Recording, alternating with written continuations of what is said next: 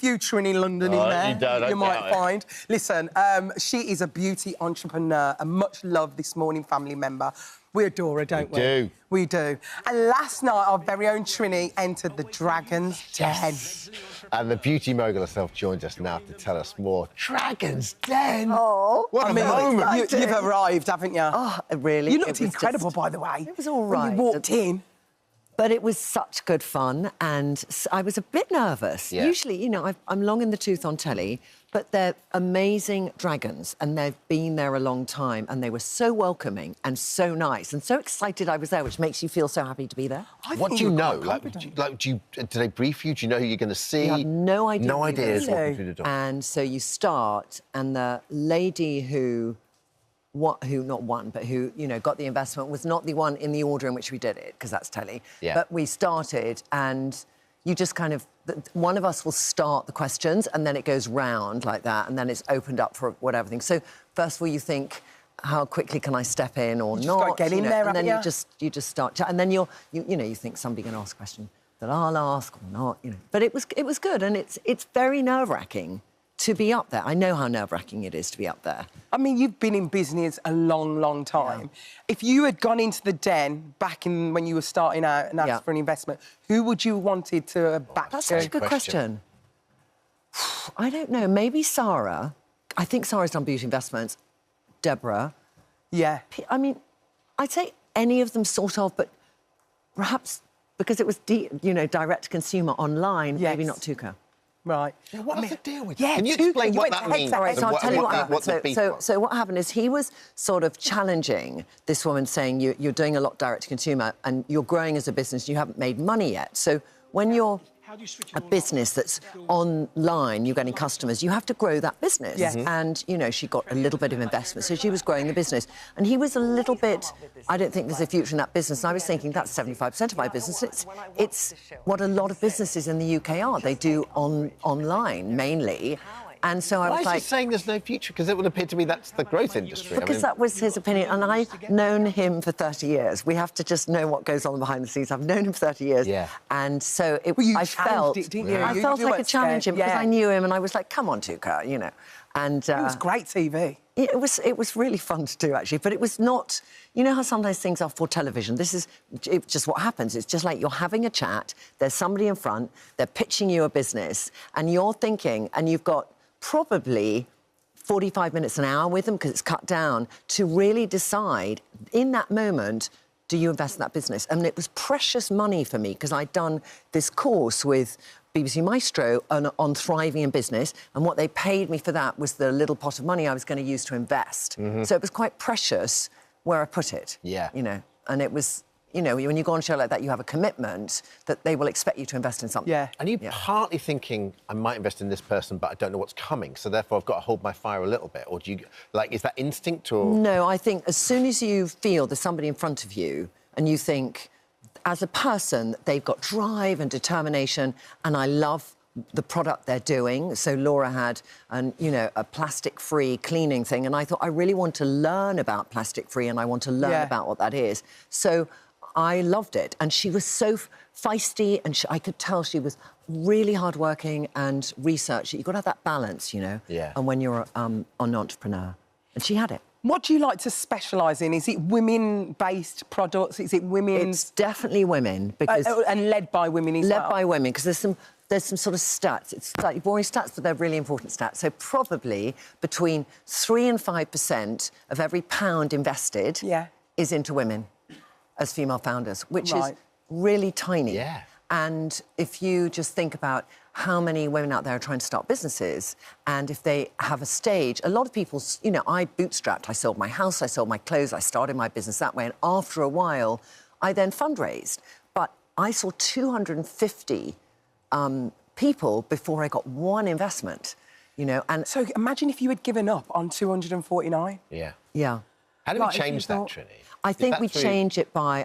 I do this little thing online on my channel called Elevator Pitches. So I get women to come into my office, and in the elevator, which is 3 stories, they have to tell me about the business, and I put it on stories, and then we do links to their businesses. What a great But it's about giving... It's 2 things. It's about making any woman feel, whatever age she is, that she could start a business, because I started at 50. Yeah. And it's also thinking that how can we actually over-index on women, so how can the government help to do better opportunities for people to invest in women's business with maybe a tax rebate or something, just to kind of support that industry and grow it and make it a little bit more equal. Brilliant. God, I could talk to you all day about this. Absolutely. Thank you so much for joining us. You were great on Dragon's Den. I loved it.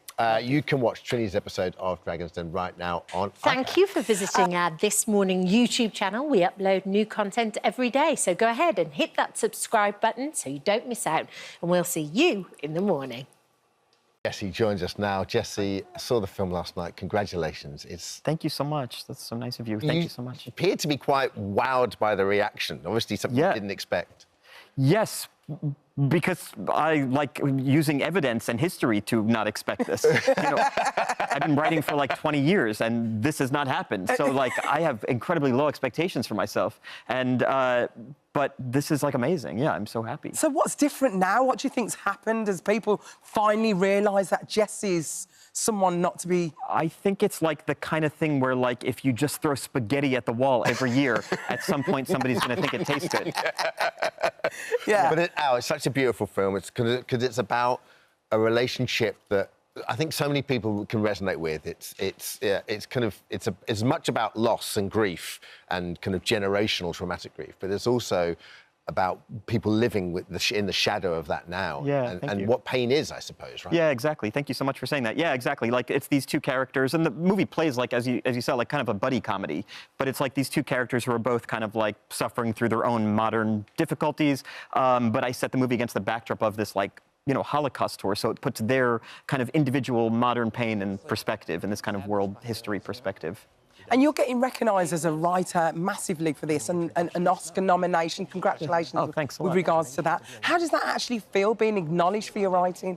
Again, a complete shock. It's like, I've been also playing basketball for 20 years, and no one's ever given me an MVP award. So to me, it's like, I just kind of can't believe that it's happening. It's so nice. It allows me, because I write all the time, so it allows me the opportunity to do more films. Yeah. So that's, like, the great gift, is not so much being, like, celebrated or whatever, but actually just getting to do it again. It's really interesting with the backdrop of the Holocaust and the tour. And I felt that because there's a really interesting kind of comparison of people going, well, I'm really enjoying this, like, to a point. We're staying in nice hotels and we're eating good food. And there was a great moment, scene on the train where Kieran's character is, like, actually feels guilty because they're in first class, and especially with Holocaust Memorial Days, it's just happened. Is that just juxtaposition? I've been to Auschwitz, and you do have that weird moment where you're for 3-4 hours you are walking around in complete silence and contemplation, and then you go back and you have a swim in a hotel and you have nice food, and it's kind of blows your mind a little bit. Yeah, and my feeling is, like, there's no great way to do trauma tourism, and I've done it everywhere. This is what I'm interested in for some weird reason. I had a weird childhood, maybe. I've been to Rwanda, Cambodia, Sarajevo, and, like, I'm fascinated by this kind of tourism, and there's no great way to do it. You cannot actually experience the pain that people felt. There's no way to do it.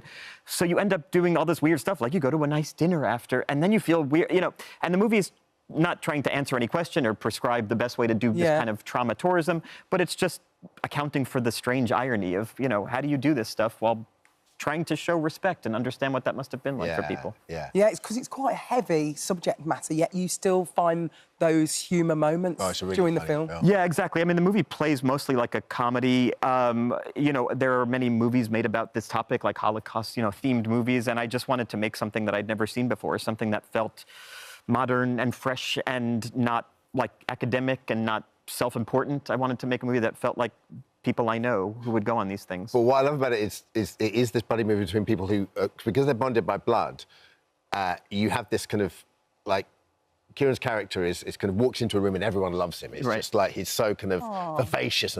And then suddenly he'll say something inappropriate or he'll get really offended by something. And then your character's there just kind of mopping up the pieces. Like, and no one really likes me. Like, everybody loves Kieran, even though he's so obnoxious. He criticizes people. He says all these horrible things. But everybody just finds him charming because, I don't know, this is my life experience. Is like, people who are like that, everybody seems to love. And then, like, I walk in the room and, like, for some reason, just the life gets sucked out of it. I don't know what it is. in my head, I'm doing the same thing as the charming person. But for some reason, I must have a bad aura. That's not true. It's not true. It is true. If you get to know me and see me at a party, you've got nice you'll realize. vibes now. You know what? This is all the charm I can muster right now. Right.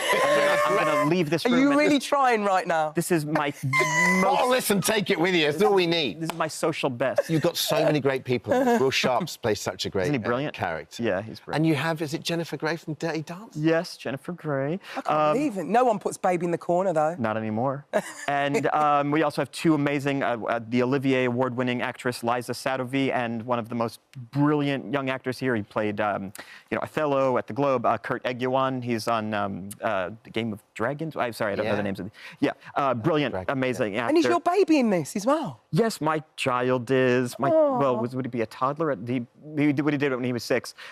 Yes, and then at the time I was kind of annoyed that I was asking him. He plays my kid, obviously. And like at the time I was kind of annoyed that I was asking him to do it. And now that the movie's out, and oh, he's loving it. No, he wants a bigger part. Yeah, because he's only on FaceTime. It's on FaceTime. I read that lovely story where there's this kind of lovely generational thing where you're filming that and you're in Queens, I think, where your dad was. Yeah. Oh my God. Like yes, exactly right. Yeah. So the movie, my kid plays my kid. We filmed the movie outside where my dad grew up, and then when we were in Poland, we actually filmed the movie at the house my ancestors lived in up until 1939. So there's like many generations of Eisenbergs.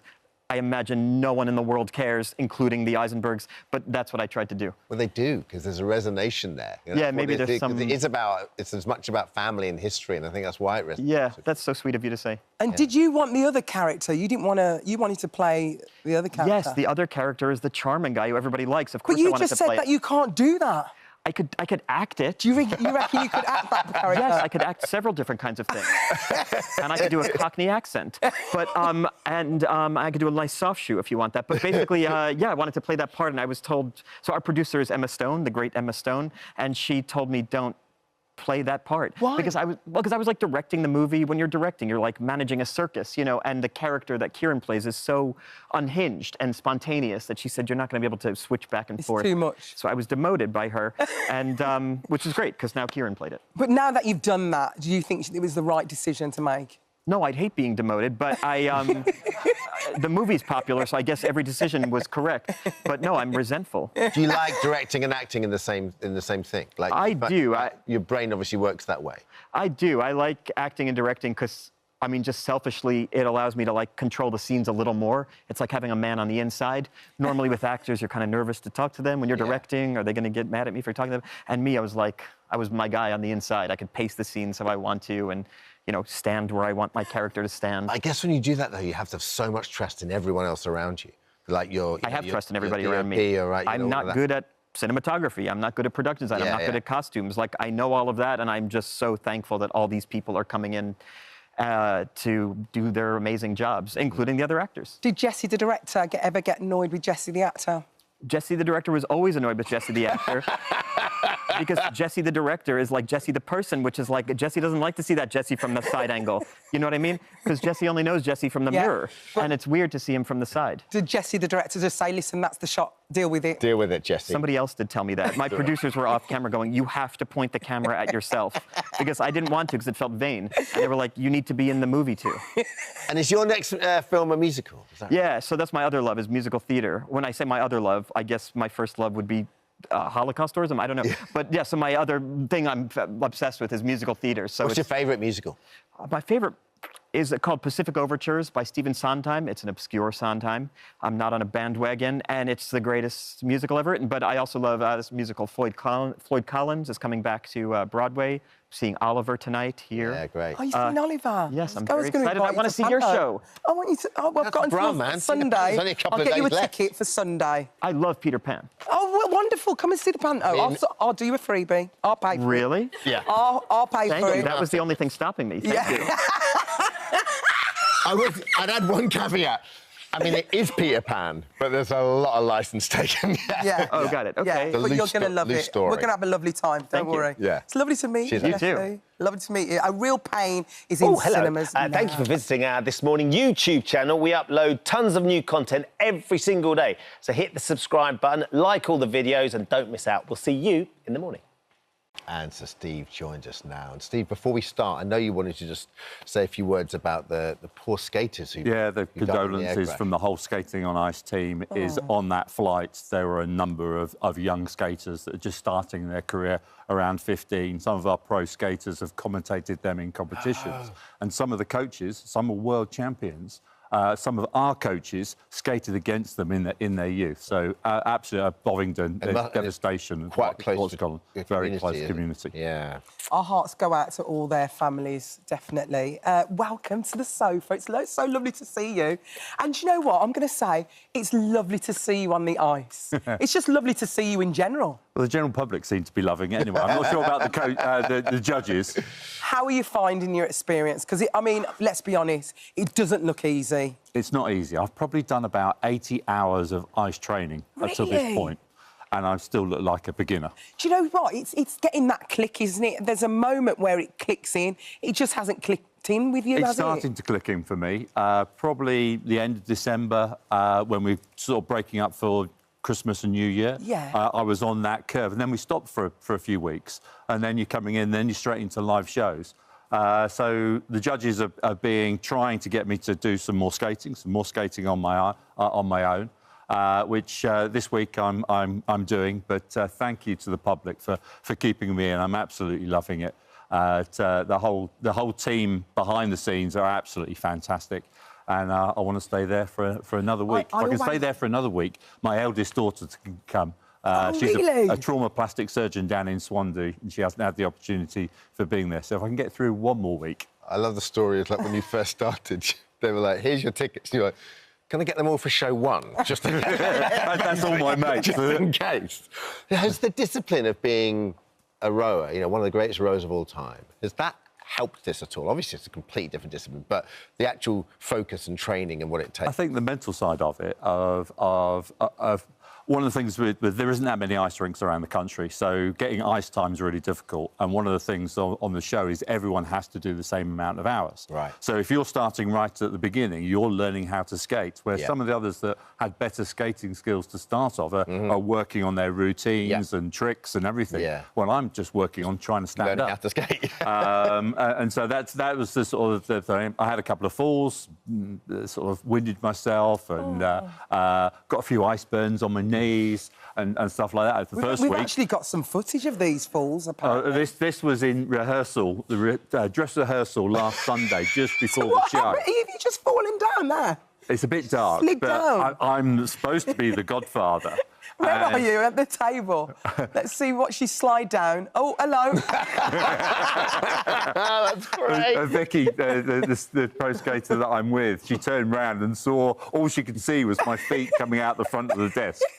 I'm supposed to be the godfather, but the desk that they built, they actually made the desk, was massive. I thought I was one of the borrowers from it.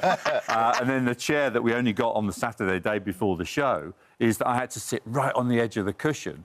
And because the desk moves, the chair's fixed, I pushed the desk out the way. It's nice, and the cushion came up, and we all went underneath. Oh, my gosh. Killing myself. But you've had no injuries yet? A few injuries, yeah. Yeah. It's a dangerous sport, isn't it? Is it nice to be back, having that kind of discipline? Because you probably had most of your life... I'm loving the routine of being into that routine, which I hated by the end of my rowing career, of just doing the same thing day after day for 25 years, and then being out of that for another 25 years and getting back into the routine. I've loved the training, I've loved the preparation, I've loved everyone around... of all the pro skaters and the celebrities. It's a great atmosphere. I know on all these shows everyone says that, but truly everyone is absolutely delightful to be with. Yes. When was the last time you had a good dance? Was it at your wedding? 37 years ago. I don't think it was a good dance. How did it go? So that's the last time I can't even remember of what we actually danced to, which was horrifying. I had to ask my wife of what we actually danced to, and she said, I can't remember. Thank God for that. Thank goodness. Could you imagine if she remembered and you didn't? So, I mean, that's a long time. Basically, you've had a a long time dancing, and you've had a little bit of ill health as well, so that's never going to help, is it? Yeah, I've had 28 years of diabetes, so that doesn't help. But I'm losing the sensation in my feet, only very mildly. So when you've got ice dancing skates on, it's very difficult to find. Yeah. And there's rakes, picks at the toe of the ice skate. Be so I found them a little bit too often. And as soon as you catch them, that stops you, and you go down. You go down pretty. You've got a frozen heavily. shoulder as well, haven't you? I've got a frozen shoulder, and one of the things when I do fall, I do not fall on my shoulder. Yeah. Oh my Because that would gosh, put me out of the show immediately. I mean, that's an Olympic sport in itself, avoiding the shoulders. Absolutely. You know what I mean? Thanks, Listen, Dee. we wish you all the well. We want to keep you in. Because obviously your daughter needs to see you. It's, one more week at least, please. Oh, definitely. Well, listen, you can catch Steve on Dancing on Ice, which continues on Sunday at 6:25 on ITV1 and ITV. Oh, hello. Missy. Thank you for visiting our This Morning YouTube channel. We upload tons of new content every single day. So hit the subscribe button, like all the videos, and don't miss out. We'll see you in the morning. Jennifer Aniston, one of the most glamorous women in the world, she's been saying that her new fitness method, P-Volve, has transformed her body more than anything else she's ever tried. And now the workout has been backed up by a study at Exeter University, which found that the regime helped women going through the menopause. So in just a moment, Jennifer's trainer, Antonietta Vicario, is going to be showing us some of the exercises. Looking forward to trying that. First, though, Dr. Zoe's here to try and explain a little bit more about this study. So what have they found, Zoe? So the University of Exeter, they do a lot of sports science studies, so a really good university to do this. And they enrolled 72 women between the ages of 40 and 60 who none of them were taking HRT, so that wouldn't affect the results. So some premenopausal, peri and postmenopausal women. And it's the first study of its kind because that's particularly what it was looking at as women go through the menopause transition. What I often get asked, what's the best form of exercise to do at that time of your life? It was a 12-week study where half of the women roughly did the P-Volve protocol and the other half followed the government guidelines of 150 minutes. And I'm really excited. I mean, it's worth mentioning it was funded by P-Volve, but I don't think that's, these studies have to be done. Yes. It's really important that women, as well as men, are looked at and this research is done about what's going to help women. So I don't have an issue. Just because they paid for the study doesn't mean they can control the results. Exactly. They're not controlling the results. So worth mentioning, but that doesn't concern me. I think it's great that the study's been done. So what they found is with this particular protocol, it increased hip strength, increased muscle mass, so body weight stayed the same, but muscle mass went up, increased balance, increased flexibility, and increased quality of life. Wow. All things which we kind of tend to associate with menopause going down. So I think what it shows, a lot of these changes that we often think of as inevitable with menopause, loss of muscle mass, loss of bone mass. With this protocol, that's not the case. It's resistance training, it's based on Pilates, and I think what's so great about it is it's that combination of muscle strengthening, some cardiovascular elements, and a lot of unilateral, so using one side of the body, so that brings in a balance element as well. So great news. So if you didn't want to do P-Volve, but you wanted to do something else yourself at home, what would be your tips? So I would be looking at resistance training programmes. Right. But this is low impact as well, which will encourage a lot of people. Resistance training programmes that incorporate those three elements: strength, balance and cardiovascular. And there's stuff available on YouTube that you can get for free. There are classes that you'll be able to go to in your local gyms. I think we'll probably see lots of classes popping up that are based on this. And, the equipment package that you get from P-Volve is about 250 quid. Okay. And then it's £15 a month for their subscription. So the cost itself will motivate a lot of people to stick with it. Yeah. But for people who can't afford that, I think there'll be lots of alternatives that people can create themselves as well. Sounds really positive, though, Yeah, like you say, particularly for that study, the first of its sort. Well, I So think there you can sort that out. women need studies that support them to know how they themselves can look after themselves the best as they're going through this transition in life. And it's even in the future as well, because it improves your balance, so you're less likely to fall, all of those things as well. So the fact that it focused on hip strength particularly, because of course that is one of the big concerns as we go through menopause, is the risk of osteoporosis, the risk of falls if our balance isn't great, and then breaking a hip, which is drastically bad. Yeah. Good news, it sounds like. Well, should we give it a bit of a go? Give it a go. Give it a go, Yeah, guys. yeah, yeah. Give it a go. I think so. OK, we're going to be giving it a go. We're chatting to one of Jennifer Aniston's trainers, Antonietta Vicario. Let's go over there now. We're sneaking around here. Morning, Antonietta. Good morning. Hello. Good morning. Hello. Hello, it's Kat and Ben here. How are you doing?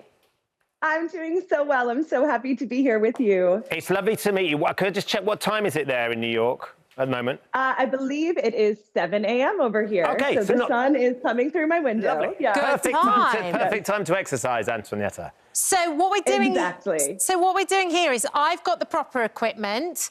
Ben has got the Blue Peter version. Yeah, You're going to improvise a bit. Just to show you. So what exercise are you going to take us through, Antonietta?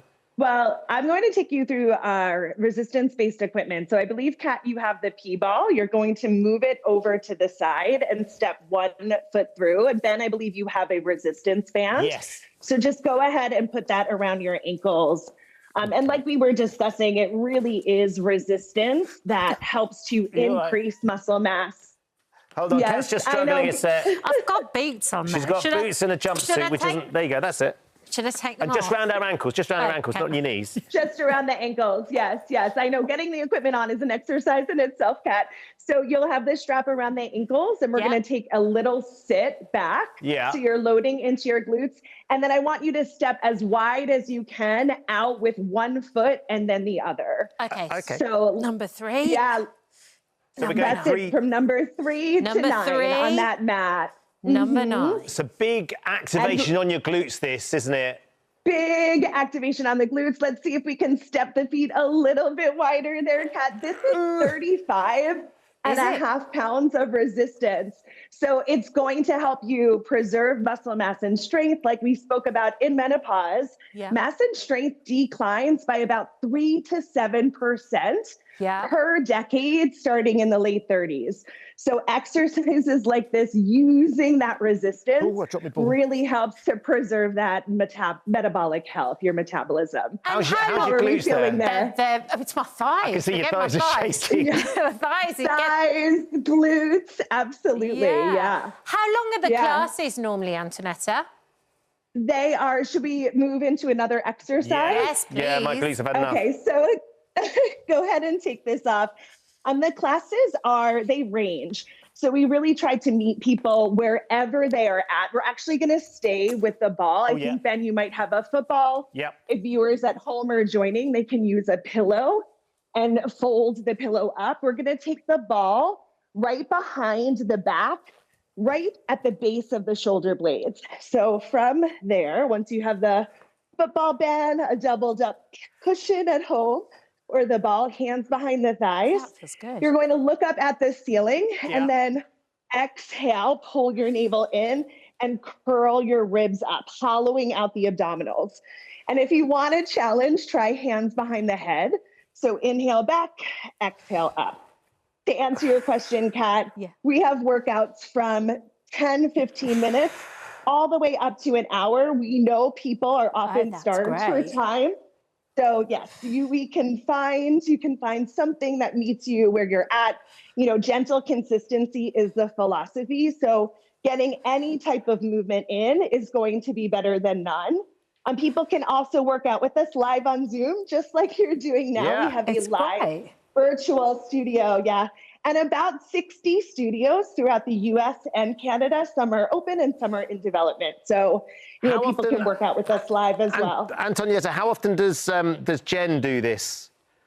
Because she looks incredible. I know, she is so incredible, and she's just getting stronger and stronger. She works out with us 4 times a week. Wow. She has a trainer there in LA, my colleague Danny, who is amazing. And when she's on the road, she joins us in our on-demand. So it's a subscription-based service. Yeah. You can, again, work out with us anytime, anywhere. Our equipment really is unique in the sense that all of the exercises have very specific amounts of resistance, pounds of resistance in mind.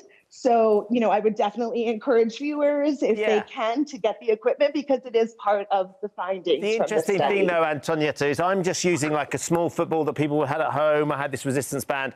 You don't have, you can find stuff to do with this at home that perhaps you don't have to spend all the money on your bundle. It still works just as efficiently and just as well. Yeah, it works. I would say it works well, probably not as efficiently. However, absolutely. There's also no equipment workouts too.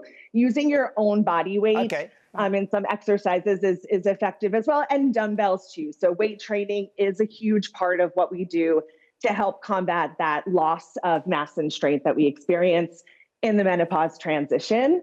And the movements themselves prioritize, like you were saying, mobility, so helping your joints prevent injury, really the movements taking your joints through their full range of motion so that we're not experiencing some of the musculoskeletal conditions that people experience as they're aging.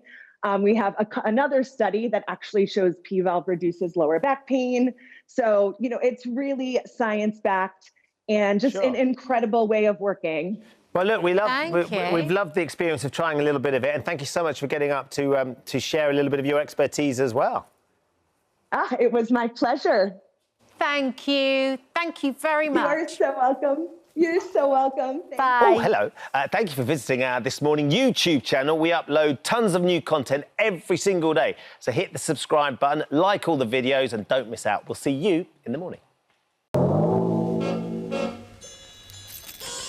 OK, so on my to-do list, book venue, hire crew, sort flowers, sort cake. What was on yours, George? I had don't insult Reese before the interview starts.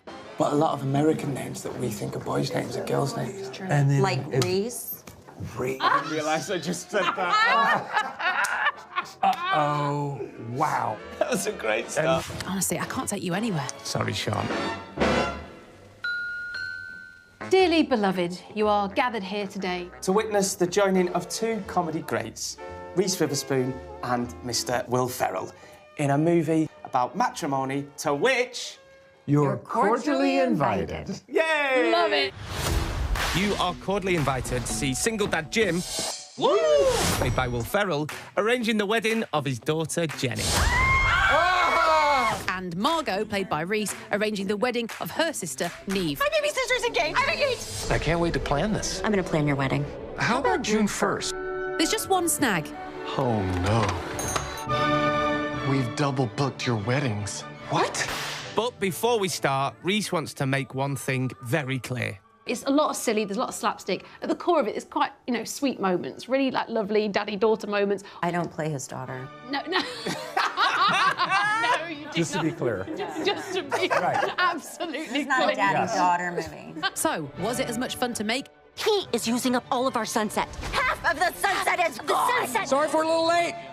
Did he just wink at me? As it is to watch. We had so much fun. We even got ready in the same makeup trailer. We did. I did her makeup. here For training and for, there, because my character does my daughter's makeup. He does. And hair, he And does so- great hair. Hey! I didn't realize it was a shared bathroom situation. I'm just finishing up her hair. Can you do French plaits? I grew up doing French plaits. Of course. Yeah. That's like my specialty. That's just bread and butter. I could do a French plait blindfolded. Right. And on another interview, I will definitely test that one out. Happy to work on yours if you'd like. Give you a cute little flip. in the movie, there's a scene where the bride gets a black eye. Stop it! Stop it! Oh. What? Nothing. And I think we've all been there where there's a terrible moment at a wedding. I have a friend who couldn't stop throwing up at her wedding. Oh. Yeah, but it was kind of because she was marrying the wrong guy. Oh, no. I've been to a wedding where there was a full-on brawl on the car park. Between family members? Yeah. Wow. You started off on the dance floor. Have you done the cha-cha slide before? Yeah. Sure. Fine, and then next thing you know, someone got elbowed. One hop this time. Right foot, let's start. It was a massive brawl, and I always think that was the worst wedding moment. That's why there's a total movement against the cha-cha slide at receptions for that reason. Because it just gets out of hand. It sparks It's violence. We're starting a petition. We need you guys to sign it. It's going worldwide. That's what we've mostly been doing on this tour, is getting signatures to ban the cha-cha slide. I'm out of here, y'all. Peace, peace. This morning audience will be all over this. They'll Yeah. sort that out, yeah. We'll get behind that idea. Get the cake! It's a trap! At This Morning, we tried to be helpful, so we thought we'd ask Will and Reese for a translation of... We're gonna go chaos monkey on his ass. Yes, you heard that correctly. Chaos monkey on his ass. For us Brits, what is going chaos monkey on someone's ass? When someone insults your family, you go chaos monkey on their ass. Right. The fight in the car park. Yeah, that was that's chaos monkey. a chaos monkey situation. And from Chaos Monkey 2... I caught this guy and I was going to unleash him. We're talking about snappy dialogue, but actual snaps in there, working with an alligator. But then I wrestled him too hard and now I think he's dead. That's not dead. Well, you don't know. Was it a real paid actor, like a trained actor, alligator? We couldn't get any that wanted to do the movie. They were all booked. It's a nightmare. Yeah, it was just that time of year. So that's an animatronic alligator. How did you keep a straight face during that? That was probably maybe one of the greatest moments of my career. Because I walked into the room and they wanted to surprise me, and I walked in and Will was just like in the bed. In the darkness. See you later, alligator! And finally, how can we top Will in bed with an alligator, you say? I don't know if that would be possible. Well, how about Will's part in a real-life wedding fail? This should be good. I have a friend who asked if I would stand up and object. So I did. I stood up. In that moment, we're like, does anyone object? And I said, I do. I love you, Carol. Please, take me back. And my friend, the groom, said, this isn't Carol, it's Susan. And I went, oh, sorry. And I sat back down. And no one really laughed, except he laughed. So the joke didn't quite land. But it will come as no surprise that the jokes in You're Cordially Invited do land. That's incredible. And we certainly surprise Will with the confetti for our big finish. Oh, my goodness. All 4 petals of it. It's not quite an alligator. Oh, amazing. Brilliant, I bet that was brilliant fun. Loved it. For sure. Will and Reese's new film, You're Cordially Invited, is available to stream on Prime Video. Thank you for visiting our This Morning YouTube channel. We upload new content every day, so go ahead and hit that subscribe button so you don't miss out. And we'll see you in the morning. Jennifer Aniston, one of the most glamorous women in the world, she's been saying that her new fitness method, P-Volve, has transformed her body more than anything else she's ever tried. And now the workout has been backed up by a study at Exeter University, which found that the regime helped women going through the menopause. So in just a moment, Jennifer's trainer, Antonietta Vicario, is going to be showing us some of the exercises. Looking forward to trying that. First, though, Dr. Zoe's here to try and explain a little bit more about this study. So what have they found, Zoe? So the University of Exeter, they do a lot of sports science studies, so a really good university to do this. And they enrolled 72 women between the ages of 40 and 60 who none of them were taking HRT, so that wouldn't affect the results. So some premenopausal, peri and postmenopausal women. And it's the first study of its kind because that's particularly what it was looking at as women go through the menopause transition. What I often get asked, what's the best form of exercise to do at that time of your life? It was a 12-week study where half of the women roughly did the P-Volve protocol and the other half followed the government guidelines of 150 minutes.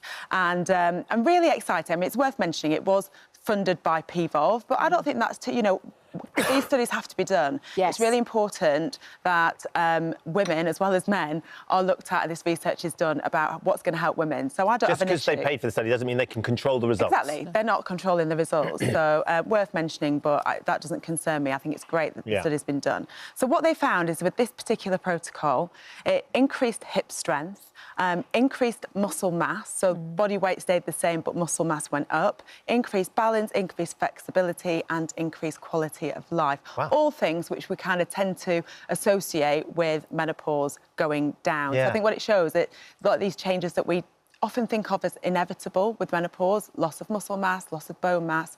With this protocol, that's not the case. It's resistance training, it's based on Pilates, and I think what's so great about it is it's that combination of muscle strengthening, some cardiovascular elements, and a lot of unilateral, so using one side of the body, so that brings in a balance element as well. So great news. So if you didn't want to do P-Volve, but you wanted to do something else yourself at home, what would be your tips? So I would be looking at resistance training programmes, but this is low impact as well, which will encourage a lot of people. Resistance training programmes that incorporate those 3 elements: strength, balance and cardiovascular. And there's stuff available on YouTube that you can get for free. There are classes that you'll be able to go to in your local gyms. I think we'll probably see lots of classes popping up that are based on this. And, you know, the equipment package that you get from P-Volve is about 250 quid, and then it's £15 a month for their subscription. So the cost itself will motivate a lot of people to stick with it. Yeah. But for people who can't afford that, I think there'll be lots of alternatives that people can create themselves as well.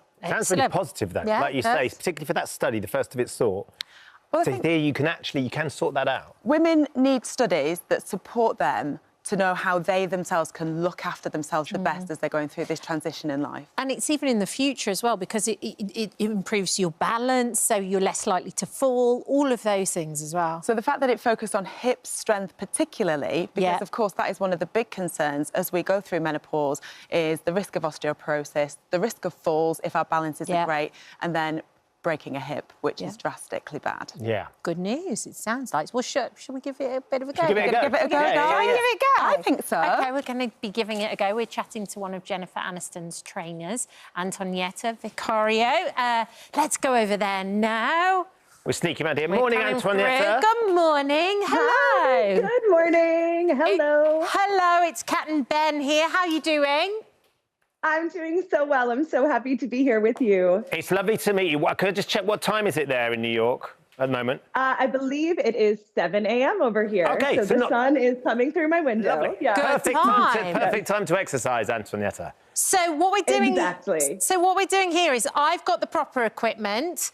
Ben has got the Blue Peter version. Yeah, You're going to improvise a bit. Just to show you. So what exercise are you going to take us through, Antonietta? Well, I'm going to take you through our resistance-based equipment. So I believe, Kat, you have the P-ball. You're going to move it over to the side and step 1 foot through. And Ben, I believe you have a resistance band. Yes. So just go ahead and put that around your ankles. And like we were discussing, it really is resistance that helps to increase muscle mass. Hold on, Kat's just struggling a set. I've got boots on. She's got boots and a jumpsuit, which isn't... There you go, that's it. Should I take them And just off? round our ankles, not your knees. Just around the ankles, yes. I know getting the equipment on is an exercise in itself, Kat. So you'll have this strap around the ankles, and we're going to take a little sit back. Yeah. So you're loading into your glutes. And then I want you to step as wide as you can out with 1 foot and then the other. Okay. So number 3. Yeah. So we're going That's it, from number 3 to 9 on that mat. Number 9. It's a big activation on your glutes, this, isn't it? Big activation on the glutes. Let's see if we can step the feet a little bit wider there, Kat. This is 35.5 pounds of resistance. So it's going to help you preserve muscle mass and strength, like we spoke about in menopause. Mass and strength declines by about 3 to 7% per decade, starting in the late 30s. So exercises like this, using that resistance, really helps to preserve that metabolic health, your metabolism. How's your glutes feeling there? It's my thighs. I can see your thighs are shaking. Thighs, glutes, absolutely, yeah. How long are the classes normally, Antonetta? They are, should we move into another exercise? Yes, please. Yeah, my glutes have had enough. Okay, so go ahead and take this off. The classes they range. So we really try to meet people wherever they are at. We're actually going to stay with the ball. I think, Ben, you might have a football. Yep. If viewers at home are joining, they can use a pillow and fold the pillow up. We're going to take the ball right behind the back, right at the base of the shoulder blades. So from there, once you have the football band, a doubled up cushion at home, or the ball, hands behind the thighs. That feels good. You're going to look up at the ceiling and then exhale, pull your navel in and curl your ribs up, hollowing out the abdominals. And if you want a challenge, try hands behind the head. So inhale back, exhale up. To answer your question, Kat, we have workouts from 10, 15 minutes all the way up to an hour. We know people are often starved for time. So yes, you can find something that meets you where you're at. Gentle consistency is the philosophy. So getting any type of movement in is going to be better than none. People can also work out with us live on Zoom, just like you're doing now. Yeah, we have a live virtual studio, and about 60 studios throughout the U.S. and Canada. Some are open and some are in development. So people can work out with us live as well. Antonietta, how often does Jen do this? Because she looks incredible. I know, she is so incredible, and she's just getting stronger and stronger. She works out with us 4 times a week. Wow. She has a trainer there in LA, my colleague Danny, who is amazing. And when she's on the road, she joins us in our on-demand. So it's a subscription-based service. You can, again, work out with us anytime, anywhere. You know, our equipment really is unique in the sense that all of the exercises have very specific amounts of resistance, pounds of resistance in mind. So, you know, I would definitely encourage viewers, if they can, to get the equipment because it is part of the findings. The interesting thing, though, Antonietta, is I'm just using like a small football that people had at home. I had this resistance band. You don't have, I mean, you can find stuff to do with this at home that perhaps you don't have to spend all the money on your bundle. It still works just as efficiently and just as well.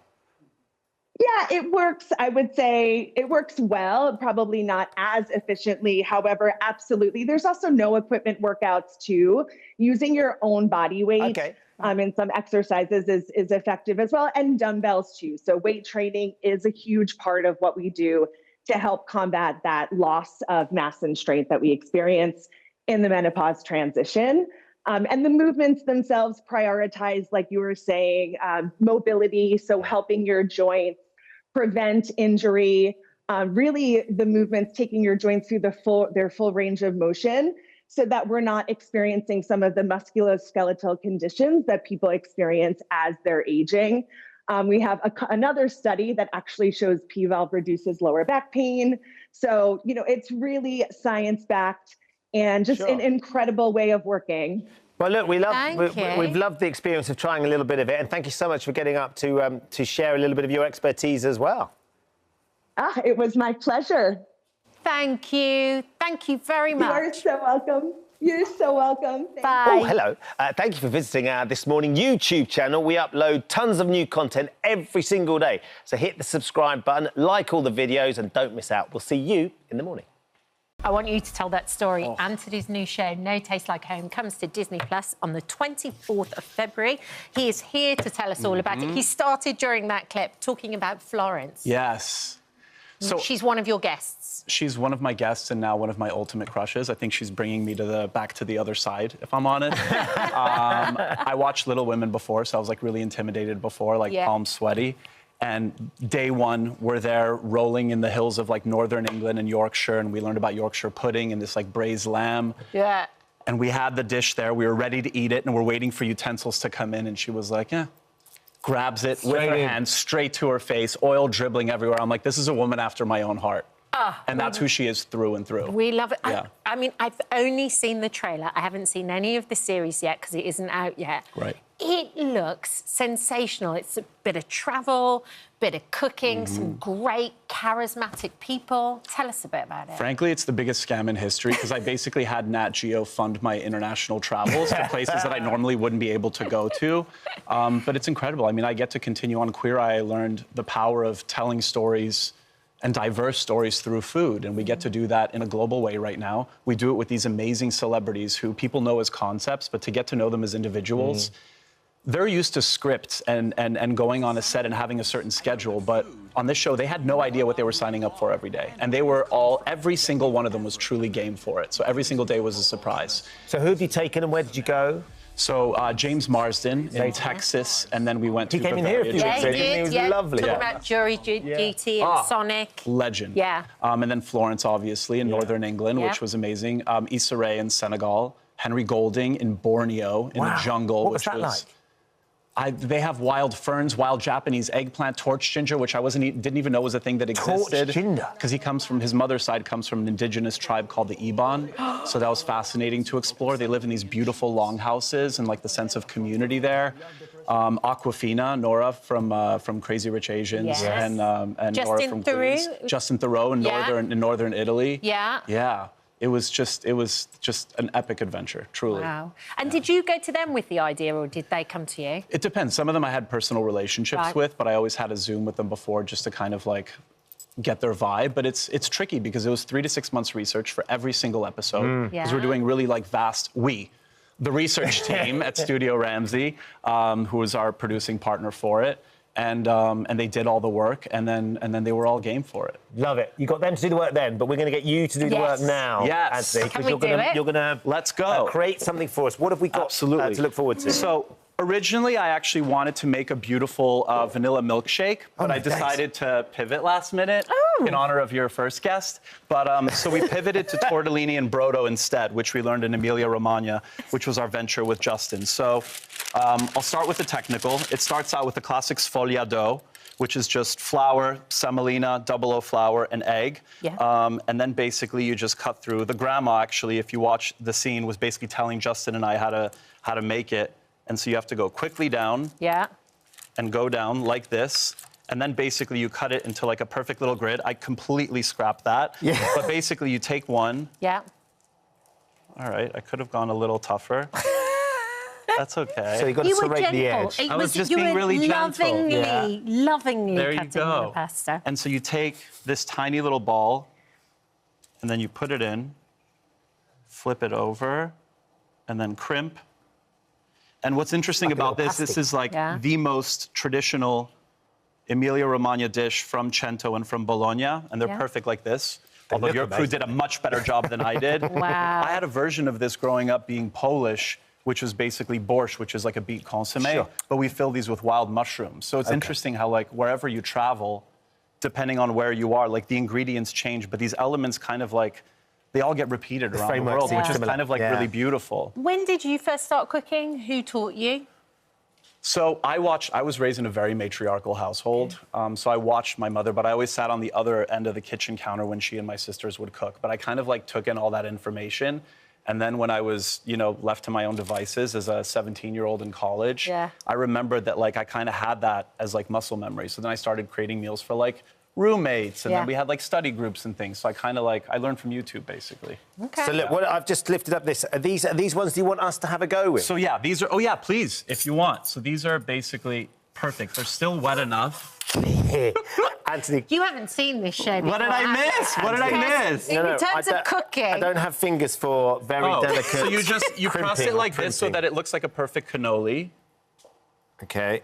You're crushing it. Are you sure? Yeah. I am literally crushing it. Yeah, you're crushing it. And then literally, and there you go. And then you crimp it. Exactly. See, if Deeley does this, it'll be so delicate and perfect. Look at my little... If it gets dry, you just dab your fingers with a little bit of water. Okay. And then once I've done that... And then, so there are two schools of thought. What the nonna taught us is basically to put your index finger here and then crimp it like this. Oh, it's a very index in the middle. dough. Yeah.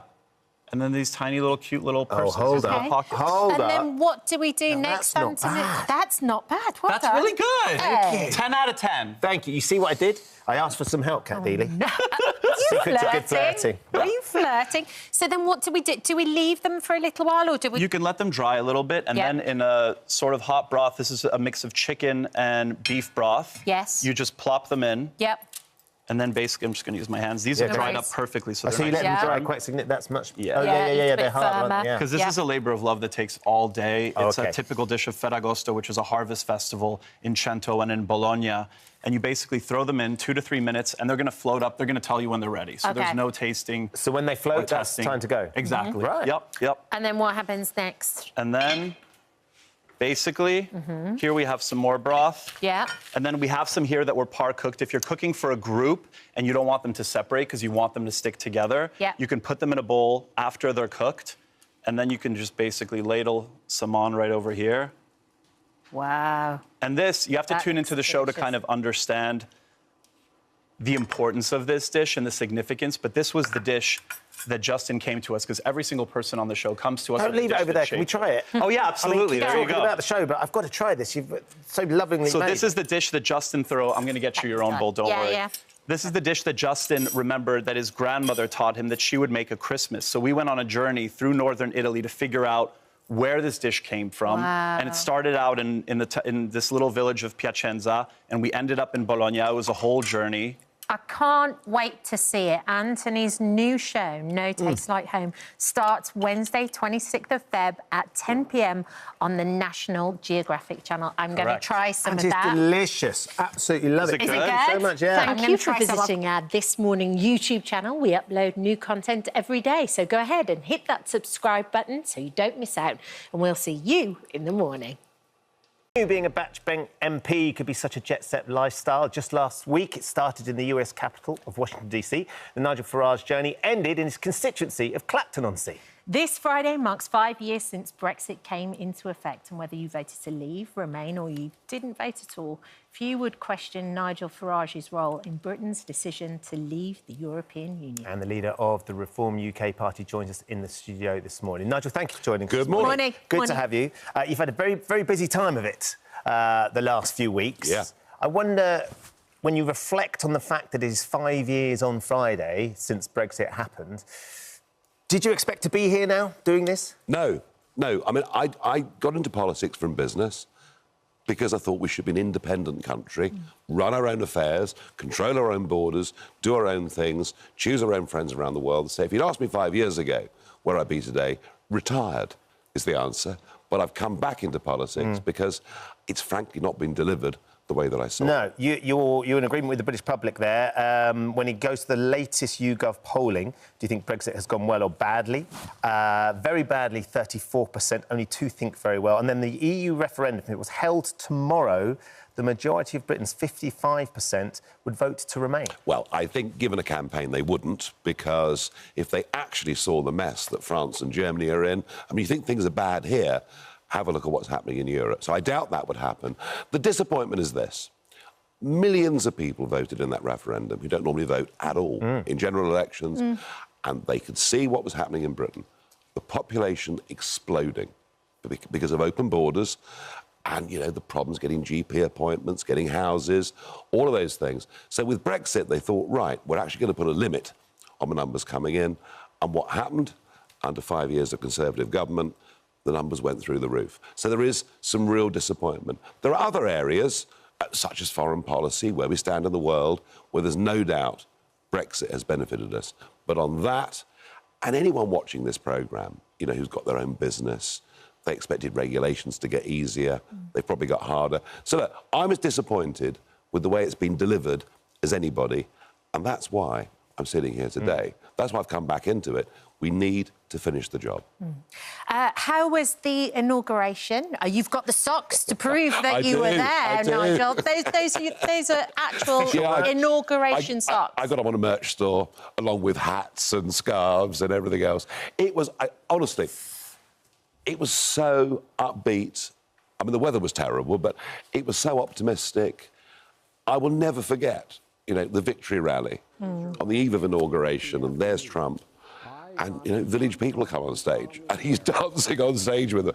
And the same village people that, you know, tried to sue him for the previous campaign because he was using. Yeah, well, they're very happy now. They're back at #1 in America, and they're very, very happy indeed.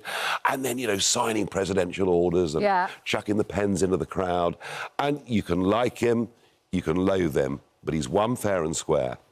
And there is, I mean, literally, from taxi drivers to bartenders to waitresses, everyone's saying, this feels great, we're making money, the economy's going well, and the contrast with how people feel here today is quite extraordinary. You said the weather was terrible, so of course it had to be moved inside. Yeah.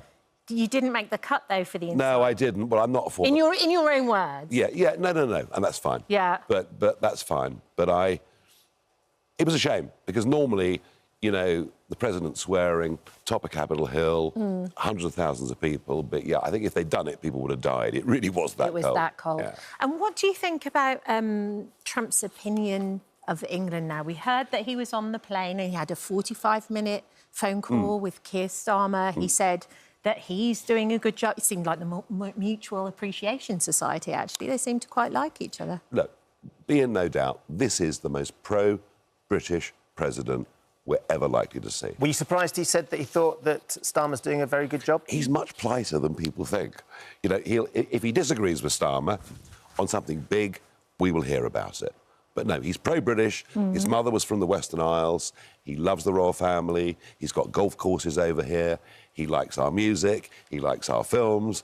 And in many ways, if you think about it, American culture and British culture are now almost one of the same things. So, look, we're very lucky to have him. He wants to have a good relationship with us. He loves the fact we've got Brexit, because that means we're free to negotiate trade deals with him that we couldn't have done as EU members. So the Prime Minister has a big choice to make. You know, how close does he want to get to Brussels? How close does he want to get to America? You know, what's the right position for him? And I would just say this. Europe's getting poorer. America's getting richer.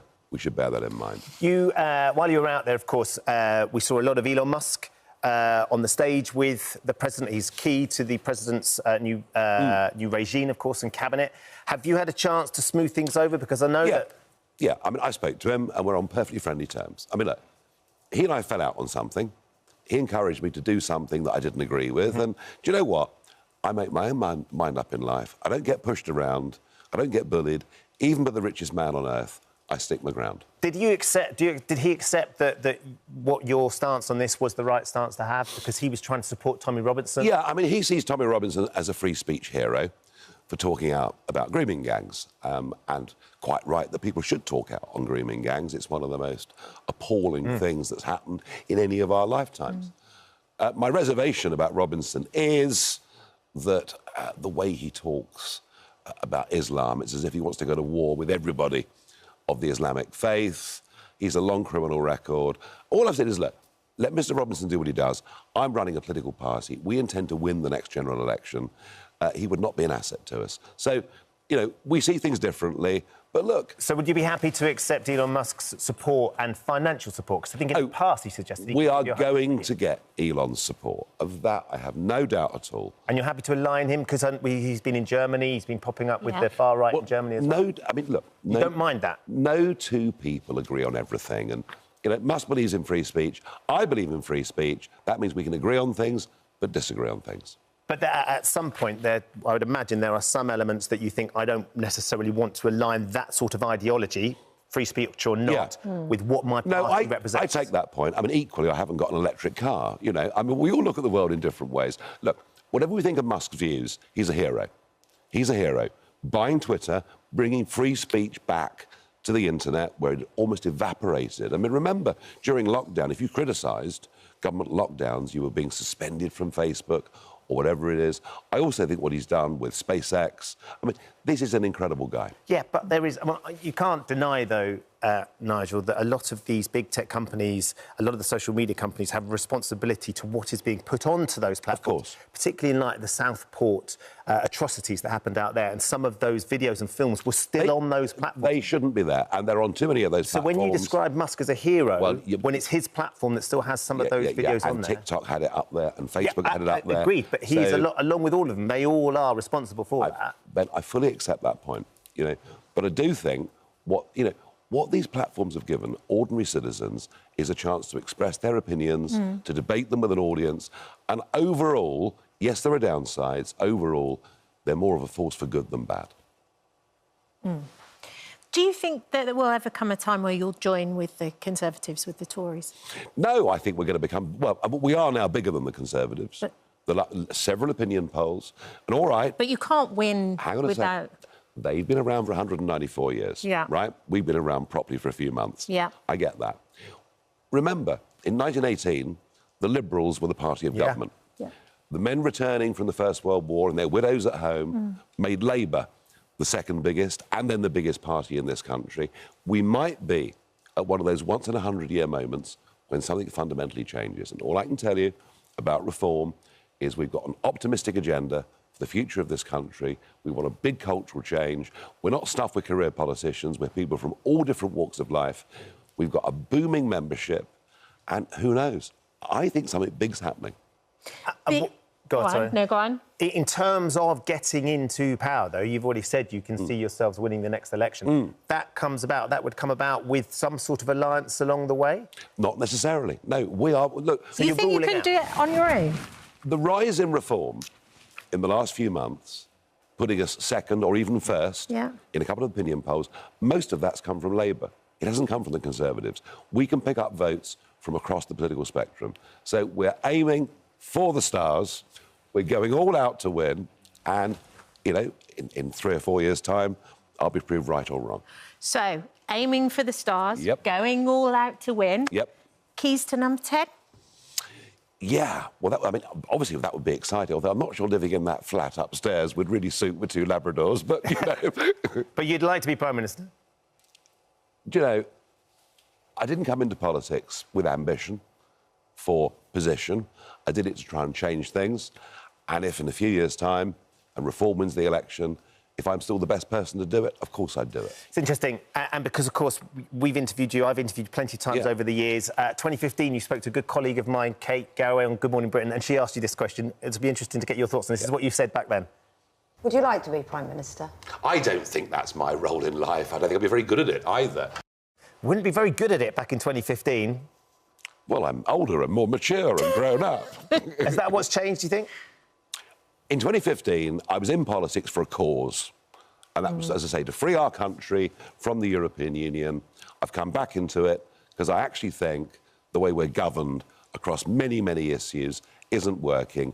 Right now, at this moment in time, I think I'm the best person to turn that round. If someone better than me comes along, I'll recognise it. I think you've always been very honest about how you're seen by people. You've described yourself in the past as a bit of a Marmite character. Certainly back in 2015, what you were standing for. Has there been a shift from your perspective, just in terms of trying to come more centrally and being less Marmite? Are you Marmite without added salt? I think two things have happened, really. One, the things that I talked about, like the population explosion, when I said them 10 years ago, people went, oh, dear, this is all a bit too difficult. And actually now the vast majority of people think we've got a problem with our borders. Secondly, well, I'm going to say this because I'm here with ITV. I think going into the jungle actually really helped how people saw me, because you can't for 24 days in the jungle hide who you really are.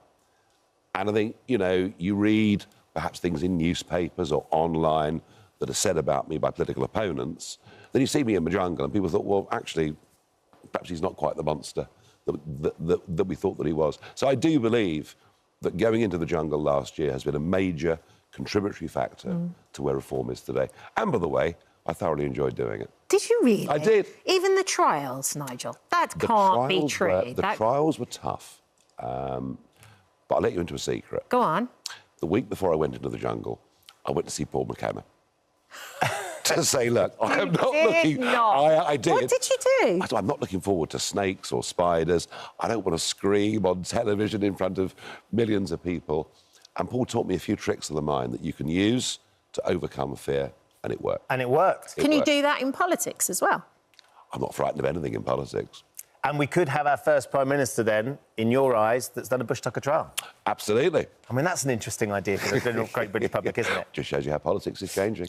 You were 60 last year. I was. I mean, it's a moment in anybody's lifetime, and of course you've come back into politics. You're leading this party that we're seeing the membership, according to certain numbers, surging.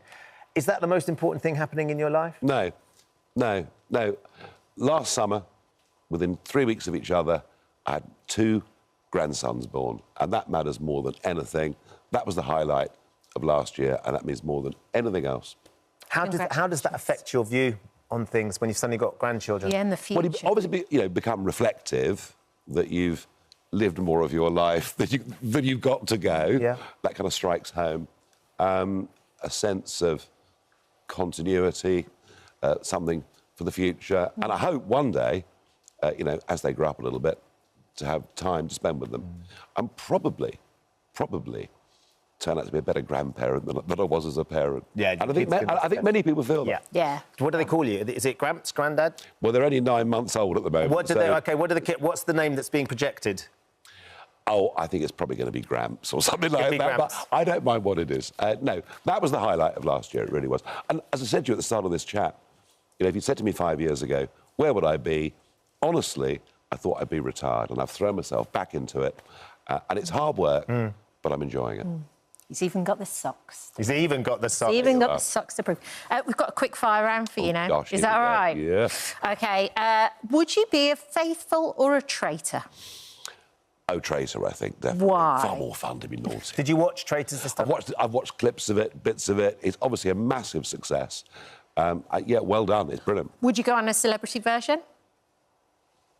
Do you know what? If I had the time to do it, I'd love to. Never say never. OK, this one. Trump or Tice? Oh, gosh, that's not fair, is it? Really? It's a choice, Trump or Tice. Have to be Tice, wouldn't it? Have to be Tice. Have to be Tice, no question. Even though he's gone to Dubai? He's out in Dubai? He hasn't gone to Dubai. Don't believe all you read in the newspapers. He was in the House of Commons yesterday. He'll be there today. Semi-skimmed or full fat? Oh, please. What is the point of a proper pot of tea that I make with loose tea every morning with semi-skimmed milk. Absolute waste of time. All the fat. Zen life. Washington, D.C. or Clacton-on-Sea? Got to be Clacton. How do you feel about the dubbing, the Clacton Gazette, I think, has called you 9 jobs Nige. There's a suggestion maybe that you gallivant a bit too much? Well, I've gallivanted all my life. That isn't going to stop, I can promise you. Well, for the constituents of Clacton, they'd quite like to feel like... I did the biggest business surgery last Friday, straight back from Washington, that any MP's ever done in that constituency and probably will ever do again. And I'm thoroughly enjoying doing the job. And do I have a successful company that operates and earns income from a variety of things? Yeah. And you know what? I claim 0 expenses as an MP. 0. Nothing. I don't claim for my gas bill in the way that, you know, Rachel Reeves does or others. I don't claim any travel expenses. I claim 0 expenses. Yes, I have income outside of politics. But you know what? Maybe we need more people in politics who know how to make money. Keir or Kemi? Score draw. Score draw. We'll see. No, I mean, I have to say, Keir is very polite. I don't see any malice in him at all as a person. I disagree fundamentally with the direction he's taking the country. But I'm not going to sit here and abuse the Prime Minister. Do you think you're more aligned with what Kemi stands for? I'm aligned with what Kemi says, but not what Kemi does. Right. And that's the problem. You know, that's the problem. Boris, Kemi, all the others came in with a whopping great big majority in 2019, which I assisted them with, and then did the opposite of what they told the public. And I'm afraid I see her in that camp. You've already told us you're a big fan of ITV and ITV shows, so the Wolfpack or the Rovers? The Rovers. Proper. Lemon and herb or extra hot? Extra hot. Extra hot. You're Nando's fan. Gotta be. Definitely. Gotta be. Ant or Deck? No, I like them both. I'm sorry, I can't pick. It was they're sort of. So you've scored draw with Keir and Kemi scored Ant Deck. I mean, they're a bit like the modern Morecambe and Wise, aren't they? Yeah. I mean, they've been around now for a long time. Everyone's got a favourite, though. Bring me sunshine. I don't. I found both of them in the jungle, treated me fine. And one last one. Downing Street or Down Under, Nigel? Well, Down Under was great fun. I think Downing Street will have its own share of snakes and serpents, but it's got to be number 10. Well, look, we really appreciate you coming in and seeing us. Thank you for joining us today, and those socks are spectacular. It's got a hat to match. And you've got the hat too. Oh, hello. Thank you for visiting our This Morning YouTube channel. We upload tons of new content every single day. So hit the subscribe button, like all the videos, and don't miss out. We'll see you in the morning. Can't help it. I have to join in with that bit. Mark Hamill is here now alongside Roz the robot. How are you both? I am happy to have come. No task is impossible for Rosum 7134. Nice to see you, Roz. I'm glad you're here. It is good to see a friend. I have been completing my task as a wild robot. It's so good. I mean, I have to say, so we've watched it twice now in our household. Yeah. My kids are right in your sweet spot. They're 9 and they're 6. Yeah. And we adored this movie, and now my big boy is reading the book too. When you first read it, what did you think? Well, that's what I did. I ordered the book as soon as they expressed interest, and I was just blown away. I said, it's no surprise that it's been on the New York Times bestseller list for years and it's won all these awards. It's got appeal across the board. It's so life-affirming and optimistic, and it's obviously the ultimate fish-out-of-water story. This high-tech robot gets dropped into the wilderness, but... and the cast, I mean, Lupita is just marvelous. I mean, the way she is so dispassionate and becomes slightly more human, she makes a real journey. My character, not so much, but... Well, it's interesting, because Roz said it's nice to see a friend. Your character and Roz aren't necessarily friends at the start of the film. No, and that's another thing. I love the way the messages come across effortlessly. You're not hit over the head, but you realize, it's about community. It's about coming together in adverse circumstances, you know, because there's strength in numbers. Had you played a grizzly bear before? Well, you know the thing about voiceover, I mean, we stopped counting at 1,200 jobs. But I've been doing it since, like, the early 90s. And what I love about voiceover is they cast with their ears. Right. Not their eyes. So you're going to get roles that you would never get to play if you were on camera. I'm much too short to play the Joker. But and that's what's so wonderful. I never got to do dialects on camera, but in voiceover, I've done Australian, I've done standard English, Cockney. For some reason, if it's an Australian character, they hire an Australian actor. Unless you're Meryl Streep. She's the only one that's allowed to do accents. She traverses. Yeah. It's a SAG rule. And when you saw the movie for the first time, were you blown away? Because to me, it doesn't look like every other animation film that I've seen before. Well, I was really thrilled because when I read the book, I thought, oh, if they can capture even 30% of the appeal, this is really going to be great. And the first time I saw footage is when I went in for my third session. And I saw footage of, oh, great, they've kept the illustration. It looks like a painting come to life. Yeah, it really does. So, yeah, it's just got a really original look to it. And you're talking about your children. I have much older children, especially the two older boys who are like, Dad, it's not for me.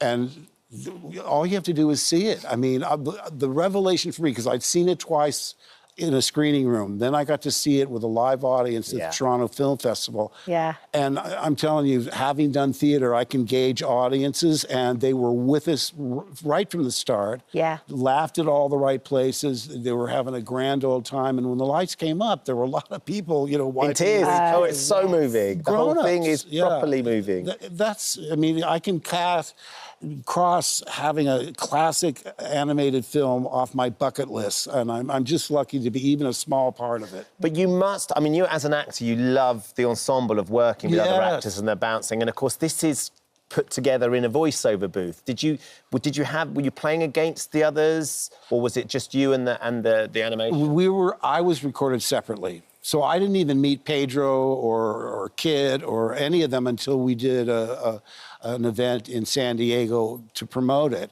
So I met them all for the first time. And, I'm used to working both ways. I was a little bit spoiled because in the Batman days, if there were 33 characters, there were 33 actors. Wow. And you started on page 1 and you read it through like a radio play, which is really helpful because like musicians, you hear other people's rhythms and sort of alternate, you adjust to, or there's an unexpected line reading, which changes your line reading. So, but more and more, they are recording us separately. I think they like having maximum control. And when you get too many actors together. You're hard to control, that's for sure. And do you still get people coming up to you and asking you to do bits of it, like the Joker laugh or... Well, with the Joker, in the beginning, even my friend said, that's not you, or they're treating your voice. Yeah. You go to the grocery store and people would demand that you do the voice, or you're in the airport, do the Joker. And, you'd have to sit back, why, thank you. Do the laugh. Well, one thing about the laugh, you got to warm up. Oh. Because I did one Broadway musical and I thought, it's just a technical thing that you have to do. I would warm up for the Joker driving from where I live in Malibu into the valley, which was almost an hour, doing the...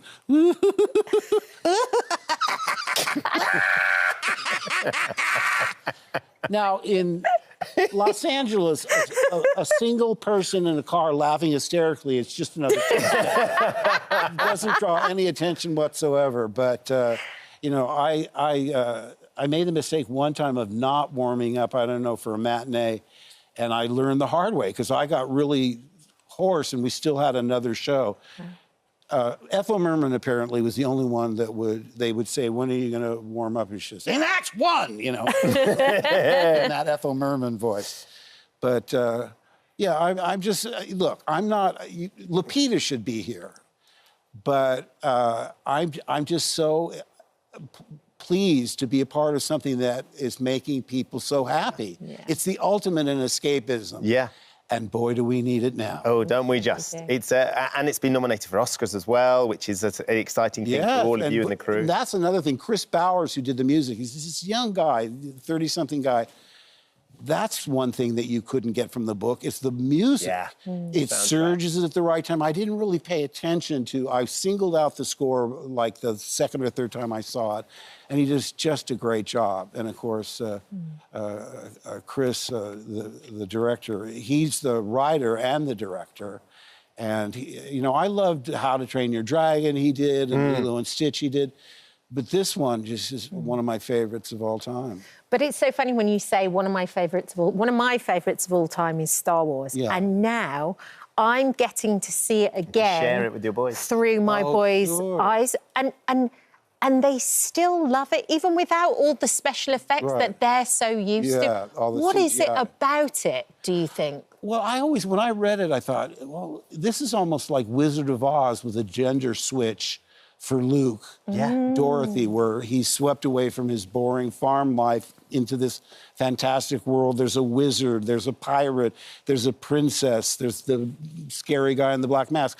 I said, this is really a fairy tale rather than science fiction. I mean, science fiction is usually very, very dry, and that movie had humor. It was really funny. Yeah. The robots were funny. I mean, arguing over whose fault it is.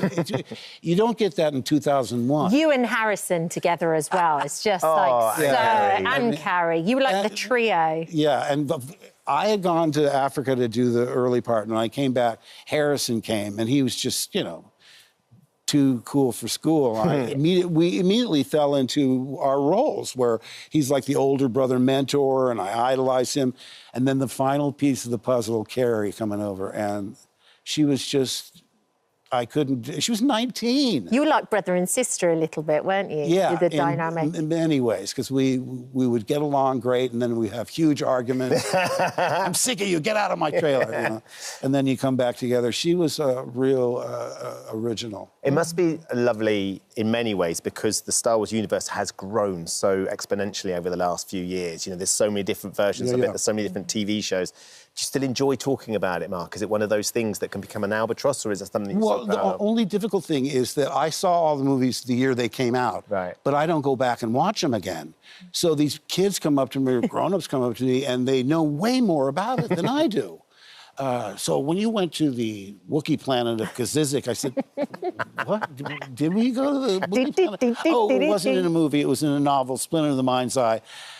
They've seen it many more times than I have, and they've seen it more recently than I have. So it winds up being me learning from them because they know it so much more than I do. I try and keep up. I mean, they asked me to be on The Mandalorian, so we binged that. Same with Book of Boba Fett. Binge that. My son is the one that really is the Star Wars fan, Nathan. Oh, really? Yeah, Nathan, by the way, was born in England. Okay. In St. John's Wood when we were doing Empire Strikes Back. Really? Yeah, so he's North I have London a real boy. love of this country because I've done so many films here and we lived here for years on end. And then, of course, having a child here. Yeah. And do you think we could see Luke again in a Star Wars movie? In some capacity? No. Look, I had my time. I'm very grateful for George letting me be a part of it, but I think it's time to let the kids take over. You say that. You say that, Mark. I don't think we're going to let you. I could be a floating head in the glass. You could be yes, you could. That's the magical thing about it. I had such closure, I find it the irony of Luke dying of an overdose of the Force. Who knew that was a thing? So just think about how he can come back then. Obi-Wan should have said, use the Force in moderation. Yoda would have said that, I think. Use the Force, but don't overdo it. Yoda, they should have told me. There was no warning. Who knew you could OD on the Force? I can OD on the Force all day, every day. I could sit here talking to you all day. Thank you so much for coming in. Of course. It's lovely to share So some thoughts. And to lovely. meet Roz, and we love the film. The movie's incredible. Go and see it. Yeah. I mean, it's hard to promote because it's hard to describe, but if you look at the trailer and have a good time. Won't be a dry eye in the house. Thank you. May the Force be with you, but not too much. In moderation. Thank you for visiting our This Morning YouTube channel. We upload tons of new content every single day. So hit the subscribe button, like all the videos, and don't miss out. We'll see you in the morning. Oh, the drama. She proved herself faithful right until the very end. We're joined by one of this year's winners, Leanne Quigley. Congratulations. Thank you so much. It's lovely to see you. Thank you. I mean, albeit sort of not calm, because it's a slightly different experience, but calmer than that. Much calmer than that. Was one of the most tense things I've ever experienced. What was it like watching it back? It was just the most nervy thing I've ever done in my life. Those last moments was just horrific. I mean, finding out just before Jake revealed that he was a faithful, that Frankie and Alexander were both faithfuls, broke my heart. So in that moment, and Jake, you know, played his little trick on me. He wanted me to think that he was a traitor. I really thought in that moment, wow, I've made such a huge mistake.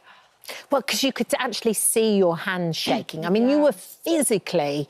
It was so tense. It was so tense. But you'd played an absolute blinder. Thank you. Like, the whole thing, turning up, dressed all in pink, saying you were a manicure. Like, how did you keep up that level of subterfuge through the whole thing? It was difficult. It was harder than I thought. I mean, I wasn't expecting all throughout the girls asking me, oh, tell me about your salon, you know, what do you think of my nails? Can we come get our nails done after? I'm like, yeah, of course. And I'm like, wow, this is a lot. When did you create that as an idea? Did you sit down with some friends and family and go, what am I going to do? What shall I do? Yeah, I mean, Sophie helped me a lot. I mean, my partner, you know, she's not the girliest of girls, so she wasn't the best to help. She never gets her nails done. But luckily, Soph's sister owns a salon down the road with her best friend. So I'm in there all the time and they're all gorgeous. And, yeah, one of the girls helped me. She sat down. She was like, this is what I charge for this. This is what I charge for this. And I was like, fab. It's brilliant. All your research. I love it. I did all of it. But your background is in the military. What's your position? What was your position? So I left the army as a corporal. Wow. Yeah, section commander. So all of those challenges that you were doing, the really tough one, where you were rowing or you were in the helicopter, you'd done stuff like... How did you manage to keep that a secret? They were my favourite parts of the whole game, the missions. You know, it was a break away from the game and it was just so enjoyable to have that time out of the game and just get really stuck in and, you know, all have fun together during the missions. But, you know, I initially went in and I thought, OK, I'm going to hold back a little bit. Yeah, because you can't show how good you are. Yeah, but then it's so hard to do that because, you know, throughout my whole military career, you get told, do your best, you know, work your hardest. So when I'm in the missions, I can't help but put my all in. Yeah. Yeah. I think one of the things that's really interesting is watching, because all of you go in knowing it's a game. Yeah. And you all say, I'm not going to take it personally, it's not going to be a personal thing. Yeah. But then when you're sitting there in that round table, it feels like you're all taking it very personally. Yeah, I can't even explain how tense the round tables are. I mean, it's not a natural environment, is it, to sit around a round table and just, you know, directly accuse each other of being a murderer. You know, it's not a normal thing in life. So, you know, when you're being accused of being a traitor, it's a lot. It's really difficult, you know, and those round tables go on for a long time. And you never were, though. You never became a traitor. You've been faithful all the way through. Faithful all the way through. Do you wish, in a way, that maybe you had a chance to be a traitor? Or I mean, obviously you won, so it's hard to look back on it. Yeah, I mean, do you think you were being good? At the beginning, I really wanted to be a when you're talking I really did. And when Armani got banished, I thought, oh, I hope I get recruited. And I never did. But, you know, more towards the end of the game, I thought, I could never be a traitor because the friendships that you build with each other and the connections, they're real. You know, everyone in the castle are just amazing. The friendships we have are just beautiful. But some of them you can't trust. Some of them you just can't trust. Yeah, I could never have imagined getting to the end game and being a traitor, knowing that these guys were actually faithful and taking it from them. There's that moment, sorry, Come on, Kat, there's that moment, though, where Frankie got the power of the seal. Oh, and randomly, for some peculiar, strange reasoning in her head, she chose to pick Charlotte. Yeah, I mean, wow. Which just changed everything. It changed the whole game. You know, it flipped it on its head completely. Do you think if she hadn't got Charlotte, do you think Charlotte would have won? Did any of you suspect Charlotte as being a traitor? I think Charlotte would have won, absolutely. I think by the end, Charlotte was so trusted by everybody, you know. I didn't trust Charlotte in the beginning, and then she really proved herself as a faithful for me, for Jake. You know, we all trusted her so much. So if the seer never happened, I do believe that she would have won because I just never would have thought that she was a traitor. Never have accused her, no. Never. And then that end around the fire where you had to put it in your bag and then the puff of smoke came out. You banished Frankie. Do you wish you hadn't done that now? Is the part of you that thinks, Gosh, were you 50-50 or did you really think? Yeah, do you know the moment that changed it for me was the final round table, you know? Right. It really breaks my heart watching it back. I so wish things were different. But, you know, going into the end game, the only thing I had in my mind at that moment was that final round table, and with, you know, Charlotte defending herself like a true traitor should, you know, till the very end. Of course. You know, the moment she said, you can't trust this woman, you can't take her to endgame, that was going over and over in my head, and it just planted those seeds of doubt. You know, she mentioned that she thought it was Frankie and Alexander who were the traitors, and, you know, looking back and the conversation I had with Charlotte, just as Frankie told her she was a traitor, she was so upset. And it breaks my heart to see anybody upset. So she was just so convincing. Yes, she was brilliant. So convincing. And not Welsh at all. I know your mum is, but yeah. So congratulations on the money as well. Yeah, you and Jake are splitting an awful lot of money. Has the money, because you have to wait for the show to air before you get your winnings. Has it arrived yet? No, not yet, not yet. What are you going to do with it? Oh, gosh, well, of course I mentioned I'd love to have another baby. I'd love to try for IVF again, give my little boys a little sibling. And also, we've got a wedding to plan now. I got engaged back in August, which is just the best feeling. Look at you there, gorgeous family. They are beautiful little boys. They're just amazing, and they're just warriors, and they don't even know it. No. So something towards the family, something towards the wedding. Maybe another little brother and sister. Yeah, treat the family. My mum deserves it. And you had to keep it a secret all the way from, when did you finish? May? Yeah, it's been a long May all the way through days. till now, so finally you can talk about it. We've loved it. You were brilliant, Leanne. Congratulations. Thank you so much. Thank you. Thrilled to bits for you and for Jake, and good luck for the future as well. Oh, hello. Thank you for visiting our This Morning YouTube channel. We upload tons of new content every single day. So hit the subscribe button, like all the videos, and don't miss out. We'll see you in the morning. Lucy Punch and Phillip are join us now. Good morning and congratulations. Thank you. It's just, I watched it last night, first episode, it was just brilliant. Oh, so well done. Yeah. So where does Amanda Lamb pick it? So is it like a couple of years down the line? Yes, it's 2 or 3 years, and Amanda is post-divorce and she's had to downsize. Yeah. She's left behind this life of privilege and... Life has changed. Life has changed considerably, and struggle is real. The struggle is real, but it is. She's now a single mother to 2 teenage children, and that's no mean feat. And she's up sticks, and she's now in South Harleston, which she has rebranded Soha, because she thinks that sounds more glamorous. And she has been reunited with her BFF. Her long-suffering friend. Her long-suffering BFF, and that she couldn't survive without. And yet abuses her on... Abuses her, but it's out of love. And it's this very dysfunctional, codependent relationship is reignited, and she needs Anne. Anne is... sort of helps her. She does need Anne, that's the thing.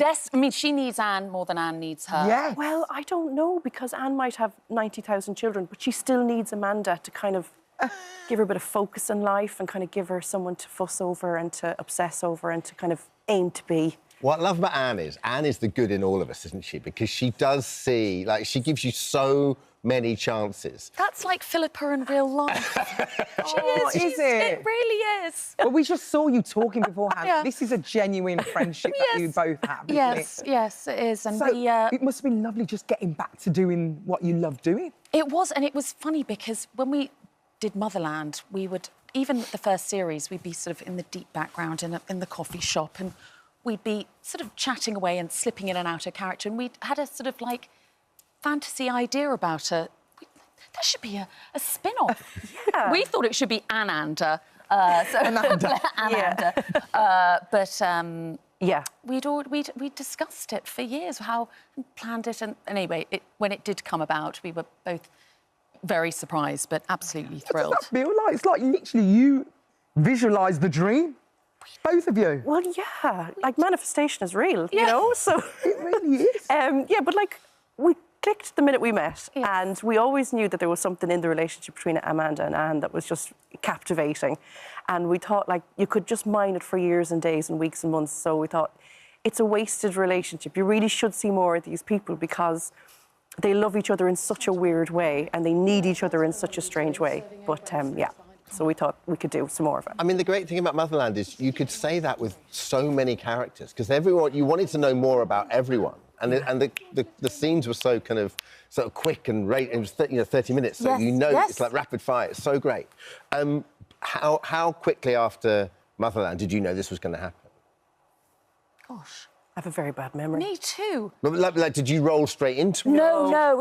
It sort of came about, and it was sort of talk about it, but I didn't know if it was real. Yeah. You go, yes, wonderful, we'll see, see if it really does, happen, and here we are. Yeah.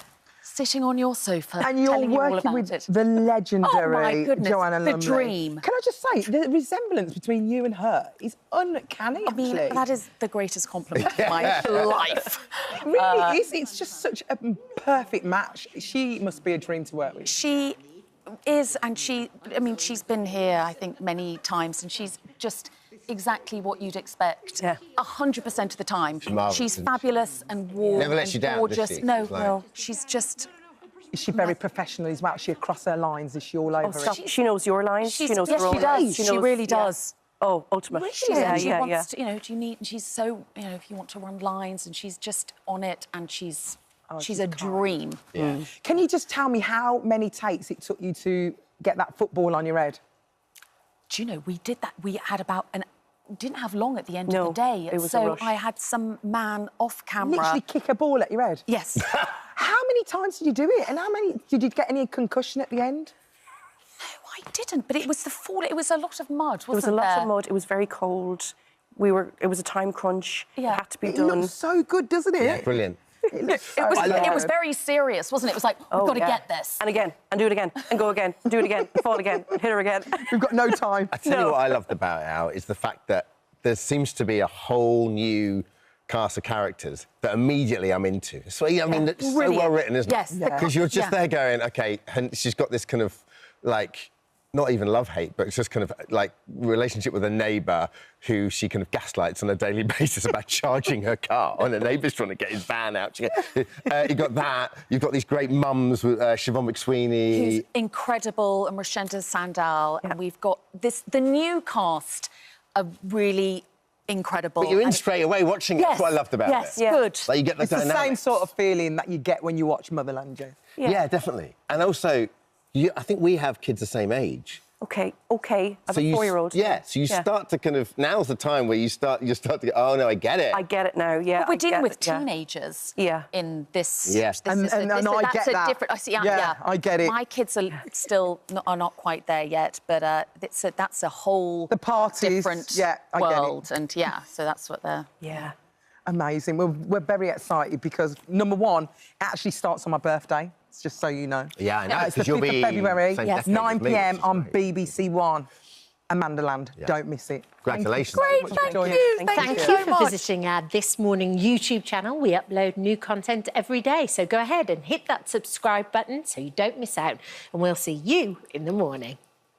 This is such a great idea, Michelle. Really, really exciting. Where did it come from? Well, it came from the movie, clearly. So they had the idea to turn it into a musical. Because it's a fair question because it's not a musical.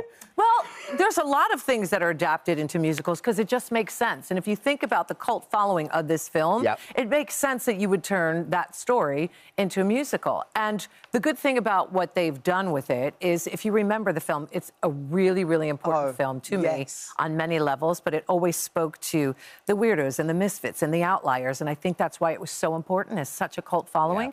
So at the end, you left with a feeling of sadness. You wanted to help Edward, and you wanted to take him in, and you wanted to adopt him. You wanted to, you rooted for him.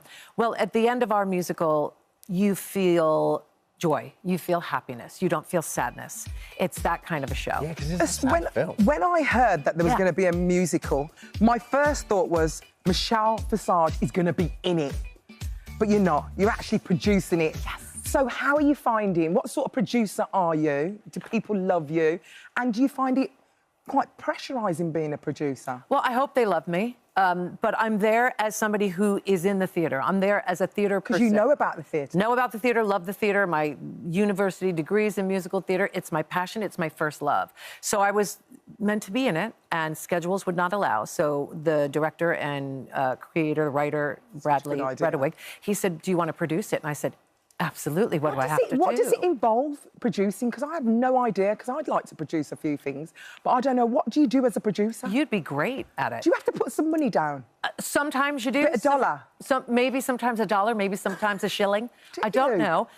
In this case, it's more about bringing who I am and my knowledge of musical theatre and my knowledge of this movie and this show in particular, and loving music and giving my opinions and my thoughts and notes. No giving's fun. Oh, wonderful. Yeah, but they really don't need it because this cast and crew is fully formed. It was a sold-out run in Los Angeles, and they brought a whole bunch of them over here, along with British performers and people of the like, to put on this musical. What about the music? Tell us about the music they have. So I think a lot of people think jukebox musical, I'm out, not my thing. And that's me. I don't love a jukebox. Why? Same. I don't know. There's the musical theatre purist snob in me likes to have original music. The original stuff, I'm with you. Right.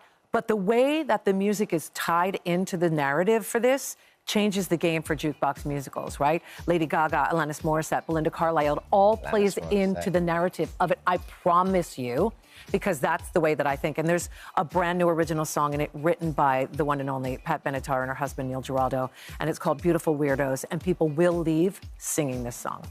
We were talking about the fact that... Yeah, it's one of my favorites. Quality. Yeah, 80s. Any Madonna? No Madonna. You'll have to wait and see. Oh, because we were talking about the fact that you won a lookalike competition of Madonna, which makes sense, at 16. When I was 16. Have you ever met her? Is she a friend yet? She is not my friend. Oh. But Alison, I don't know how you feel about this. You know, you don't want to meet your idol. And I've met a few, and they've let me down, and I've met a few, and they're my friends. She is one I want to stay on her pedestal and remain there. I don't want... Look at you two. I mean, is that you? Yeah. Yeah. Oh, my goodness. I'm the one not singing at an arena with the ghost like this. Yeah, just FYI. How can we tell the difference? Thank you, Dermot. Thank you. You and Belinda are friends, though, aren't you? Yeah, and she was my first ever idol. Who you met? When I met Belinda, honestly, I wish my mother was here to see me text Belinda and be like, hey, Queen, what are you doing? And she's like, oh, I'm in LA, because she lives in Mexico now. You want to go for lunch? And I'm like, am I really going out to lunch with Belinda Carlisle? She was my first, because she was before Madonna, wasn't she? The thing about Belinda Carlisle as well is you play her songs now on the radio or in a DJ set, and the place goes, and not just one or two, like, you know, the whole back catalogue. She's so good. She's incredible. And she's a lovely, lovely human being.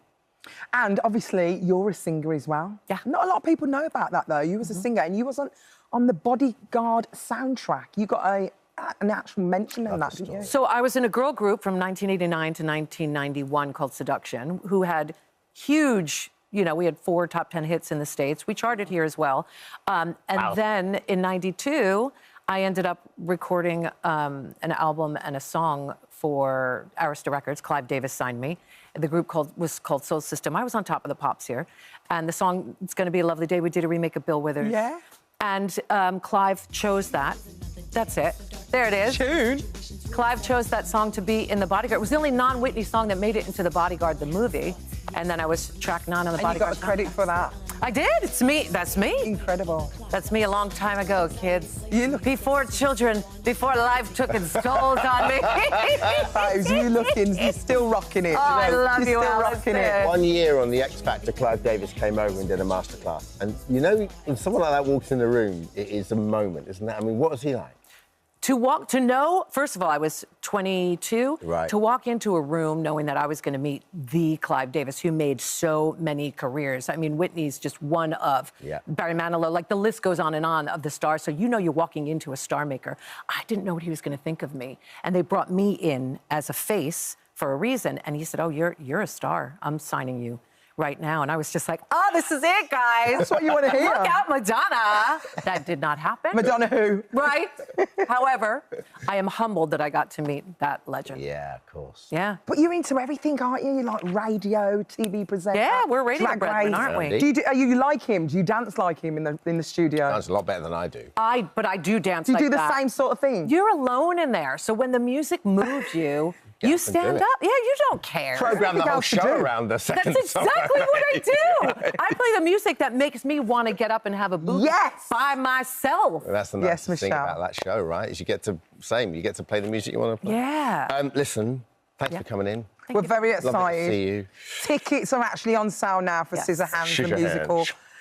How do I say it? Say it, Chloe, you try. Southwark. Oh, darn it. Southwark Playhouse Elephant. They're available right now. Thank you for visiting our This Morning YouTube channel. We upload tons of new content every single day. So hit the subscribe button, like all the videos, and don't miss out. We'll see you in the morning. And Anne and Jenny join us now. Good morning, ladies. I have to say, my dad is the biggest fan of your shows. Why do you think people are such devoted? I mean, he watches it every single day. I think because everyone's dad and everyone's mum watches it. Everyone has been introduced to it by someone's dad or mum. Yeah. I think it is very much a mum and dad show. Yeah. It's an amazing thing, Jenny, isn't it? And obviously, I've had experience of this because the way that Tipping Point and The Chase sat together and ITV have created this amazing quizzing time, and with Lingo at 3 o'clock or Pictionary now as well, that a show like The Chase just becomes woven into the fabric of people's everyday lives. It's not, I don't think it's just a quiz show anymore. It's more than that, isn't it? Yeah, it's almost like, you know, the clock. Yes. You know when that music starts. As our friend Lucy says, yes. Her kids are expecting fish fingers and chips, the smell of fish fingers and chips when they hear the music for The Chase. It's part of the routine, and I think especially so when we were all in lockdown.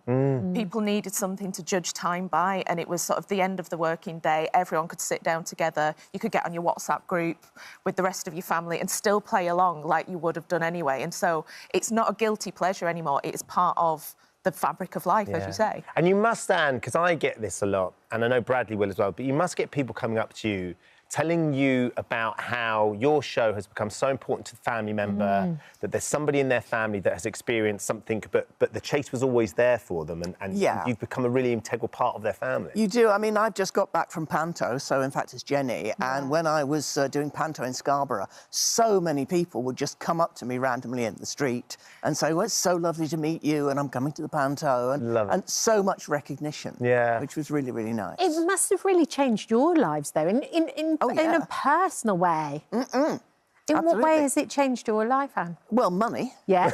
Excellent. Excellent. Yes, definitely money. And, you know, just recognition and exposure and suddenly discovering I have millions of friends I didn't know about. Yeah. And then, Jenny, you were originally working behind the camera on the show, first of all. And Anne, were you something to do with how Jenny then Jenny was a question setter in the very first series. Yeah, the pilot run, there were just 2 question setters. They obviously were just trying it out and not hopeful it would go on forever. In fact, the other person writing the questions is now an egghead. So it's you got some strange how this comes round.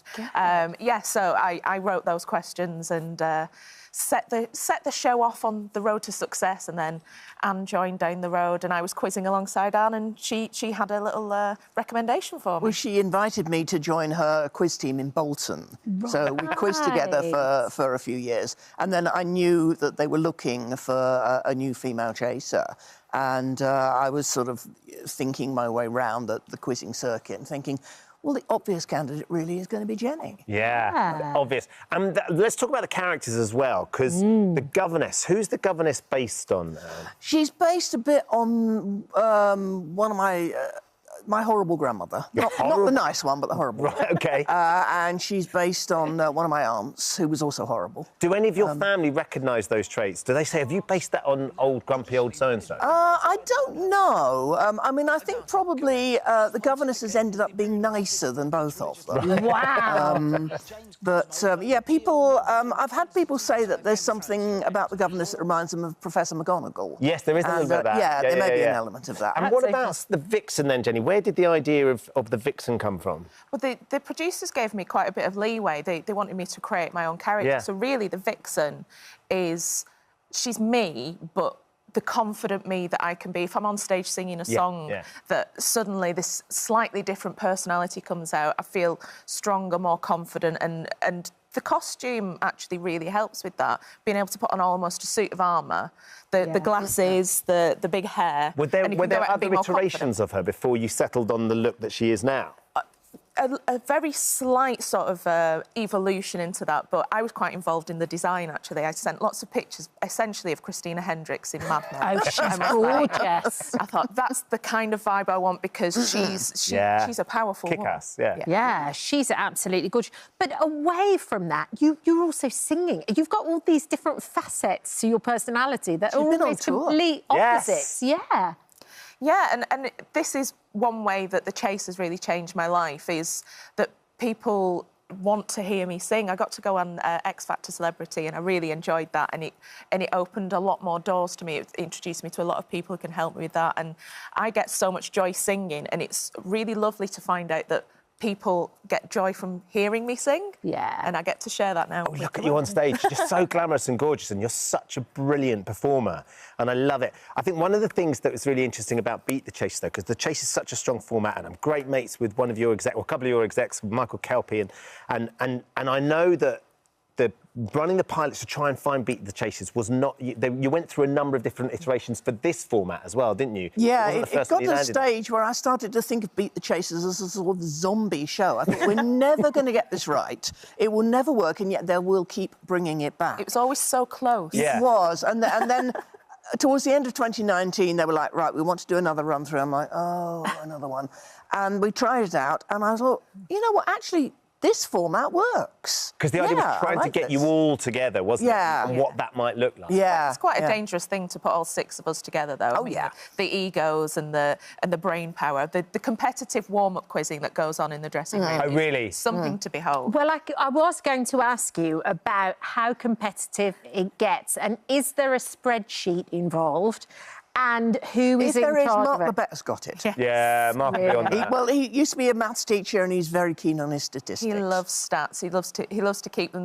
There's a big stats fan online who keeps a lot of stats as well. But Mark's is it's very comprehensive, and you can measure how well we're all doing against each other, accuracy and speed. So it keeps us on our toes, at least. But we don't read too much into it. We're family, really. Naturally, you're all very competitive quizzes, and I always think it's fascinating watching you rush in to answer questions.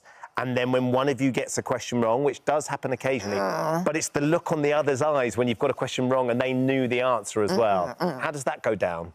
Yeah, I mean, that's embarrassing. It helps us to sort of realise what it is like for the team on The Chase when, you know, the thing that trips them up is that they're not mind readers. They have to try and take a split second to work out, does anyone else know it? Does anyone have an idea? Is there someone who knows but is being slow on the buzzer?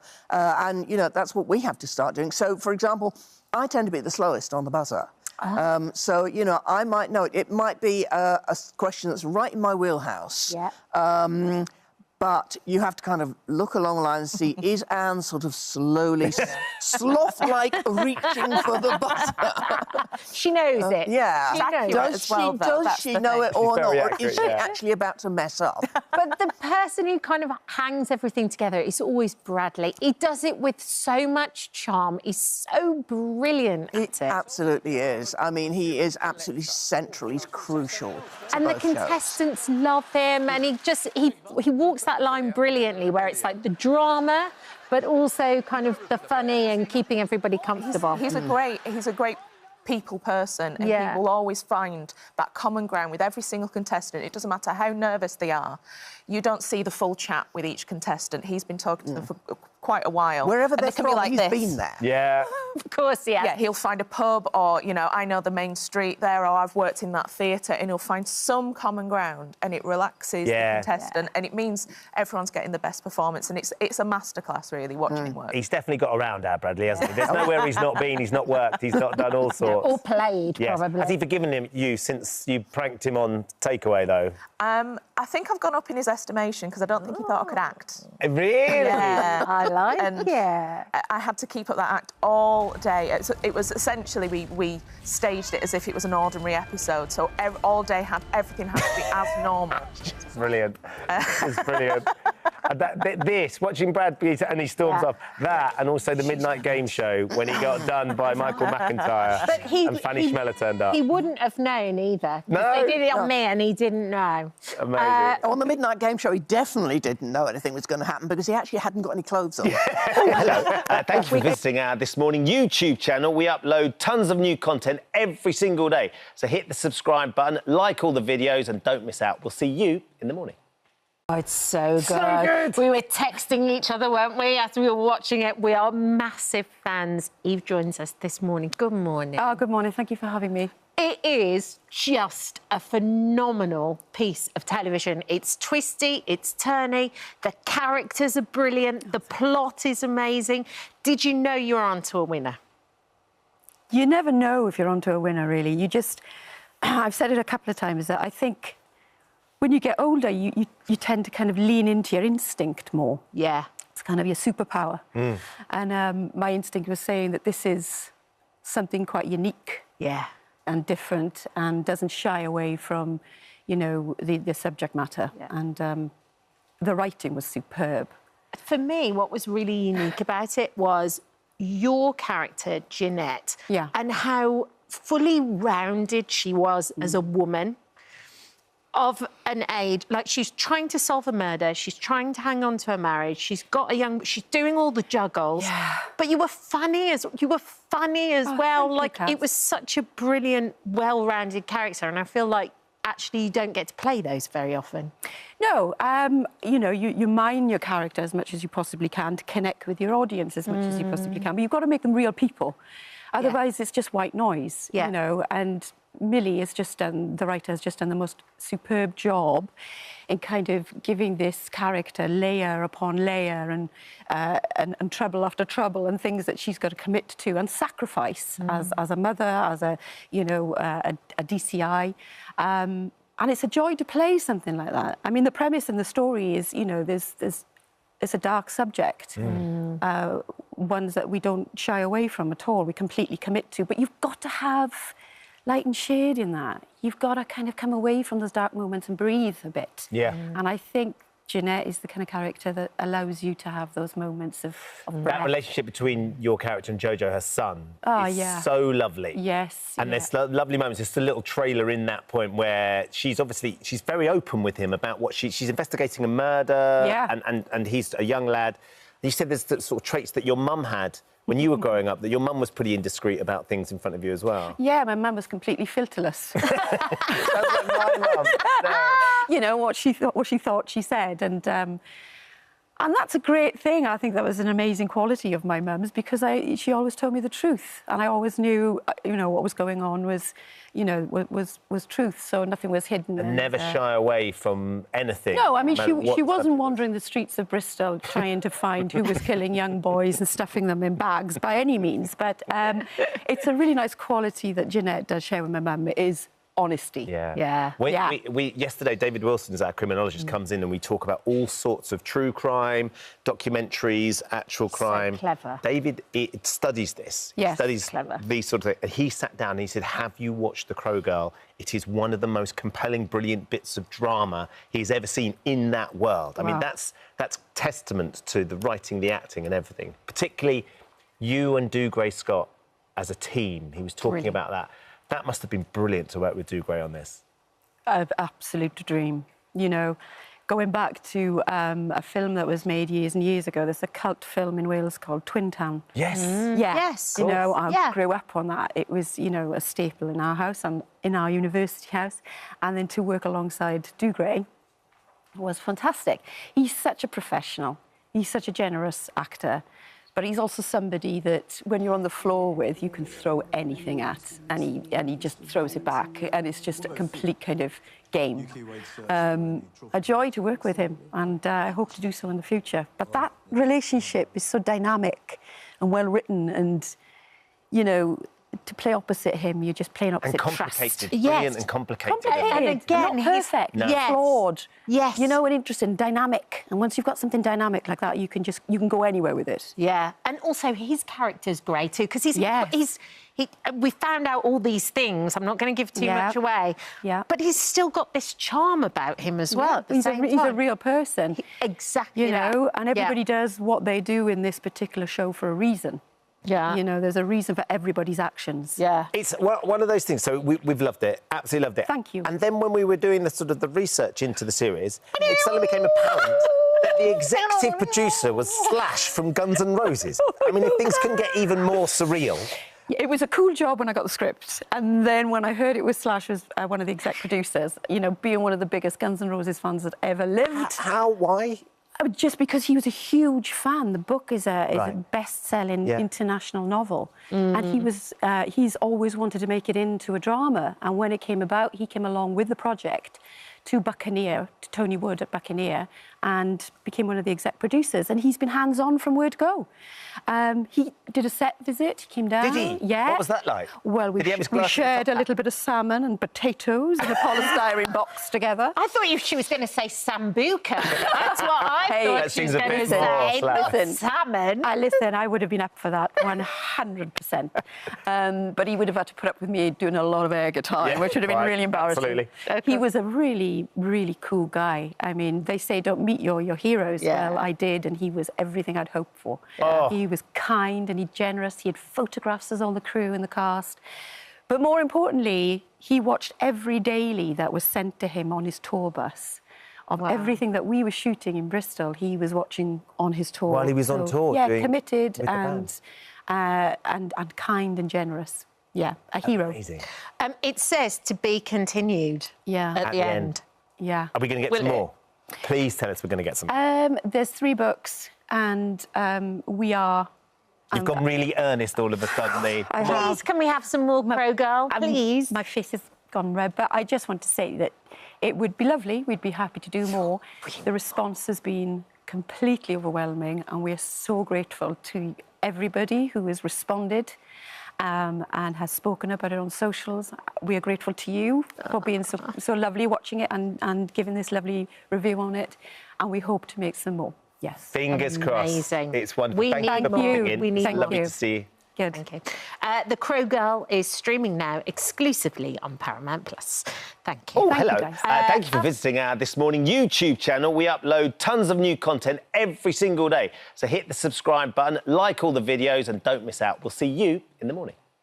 Oh, I hope they don't wipe out Manhattan. That would be rubbish. Move over, James Bond. There's a new action hero in town. Leading man Gabriel Basso joins us now. Do they wipe out Manhattan? Please say it isn't so. I don't know. You'll have to watch. They certainly could if they wanted to. Exactly. Yeah. When you first read this script, did you imagine that it was going to be as hugely successful as it is? No, because it's a subjective art medium. Like, you never know how people are going to react to it, how, the show's going to do. And when you're in it and you're making the show, you just sort of, it was a tough show to make. So the brutal scheduling, a lot of night shoots, and you're just sort of day to day at a time. And then, I'm psyched people liked it, but, you can't anticipate that level. It becomes a thing, though, doesn't it, Gabriel? Because, of course, you make it and you can enjoy the process, and it can be hard and brutal, and then it goes out, and then all of a sudden Netflix turn around and they say, oh gosh, it's doing quite well. Over 812 million hours of screening or streaming people have taken watching you play this character. It is kind of nuts. Well, and especially when, time is the sort of only resource that we have. The most valuable commodity, right? Yeah, and people just sink it into the show. And you look at it, someone divided the amount of hours into years, and it was like 900-something years. Wow. It's mind-blowing. It's crazy. It's like you could have built a cathedral. Yeah. Or you something. Did. You built a cathedral to Peter Sutherland. That's what you did. And you nearly didn't get the role because of a beard. That's true, Is that actually true? Yeah, I think, in defense of Sean and the casting team and everything, they get thousands of tapes. Of course. So I think they're going initially off of the reaction of how they look, and then they saw me with a beard and were like, nope. And then, and then I grew one for season 2. So yeah, exactly that. So what can you tell us about season 2? Because obviously we've been gripped with season 1. So now Peter has been given a promotion. He's not sitting in the room anymore with the phone. He's saved the president. I mean, you've had a very busy time of it. You really have. National hero. I think Manhattan might be safe, actually. Well, yeah. Where is his head at now? Well, he's not thinking about cheating on his wife. Like Jason. Like Jason. I still got a bone. What about Rose, though? What about That Rose? was Jason in our phone-in. Gabriel was listening to the phone-in. Yeah. Dude, doesn't matter. Have some honor. Your word is your bond. Maybe we can come back and get you to do a phone-in for something as well at some point, Some Gabriel. hard love advice. I think I'd get arrested for the advice. So where is your character season 2? Yeah, it's his first field deployment. He's trying to find his footing, I guess, as a night agent, and he's working under, or being guided by Brittany Snow's character, Alice. So she's sort of showing him the ropes in Bangkok, and he's trying to figure everything out. One of the things, like when Kat and I started working together to bond, to get to know each other a little bit better, we went out for lunch and we had a few too many drinks. You and your co-star in this, Rose, you did something slightly more extreme. When you took her bungee jumping. You took her bungee jumping. Was that an easy conversation? Don't even think about it. Easy. She said no a few times, but I was like, it's in Whistler in Vancouver. It's beautiful. Oh yeah, they told me to just jump off there. But wow. So you just jumped. How did she get on? I think they pushed her off because she wouldn't do it. Her like knees locked up or something, and they had to sort of push her off. But it is a weird feeling because you're leaving. I do a bunch of skydiving stuff as well, but there's no dead air because you get sort of pulled back by the wind. With bungee jumping or base jumping, you're leaving a platform and you have that moment of like dead space. Ground rush as well, right? Yeah, so it is a little weird. Did it work? Did it bond the two of you? Did she like I think you so. afterwards? I don't know. I don't know. It was fun though. Yeah, she's definitely had a bit of an adrenaline high, I think. But bonding through trauma, nice. It's a good way to do it. But you love adrenaline. You love like the adrenaline rush. You even want to do your own stunts. Have you watched people like Tom Cruise when he does all his own stunts? He hangs onto the side of planes and.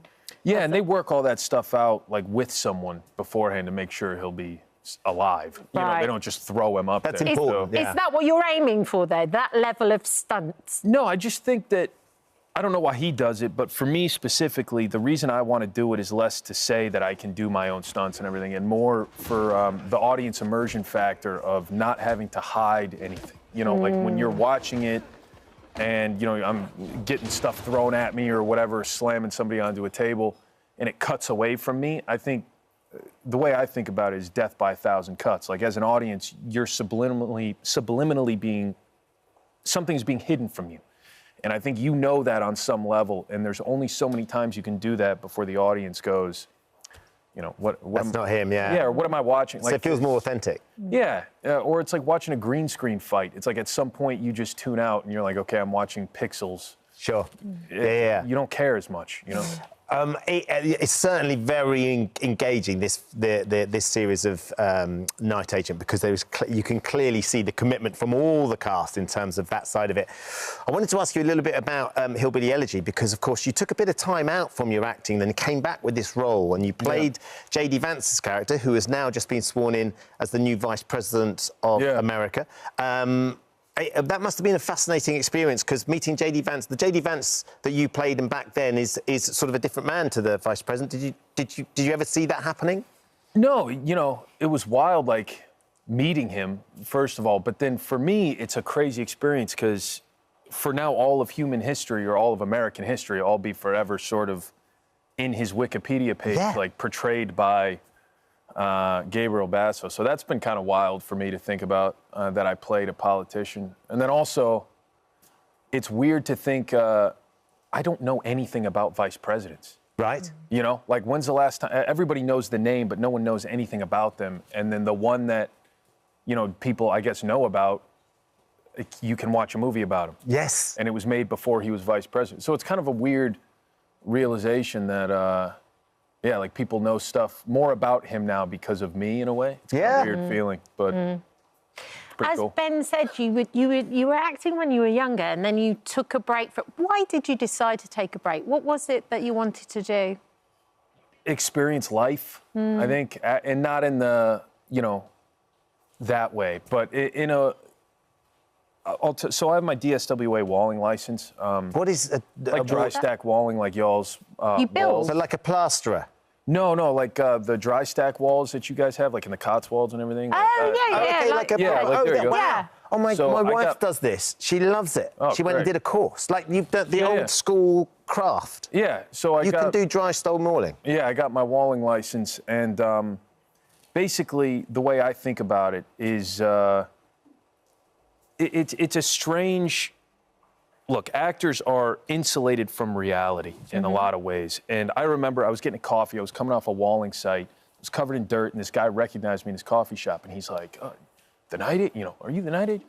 And I was like, yeah. And he goes, what's all the dirt from? Like, are you in wardrobe or costume? And I was like, no, I'm working. And he was like, why? And I was like, dude, I'm 20. I was 28 at the time. I was like, I'm 28, and you're asking me why I'm working?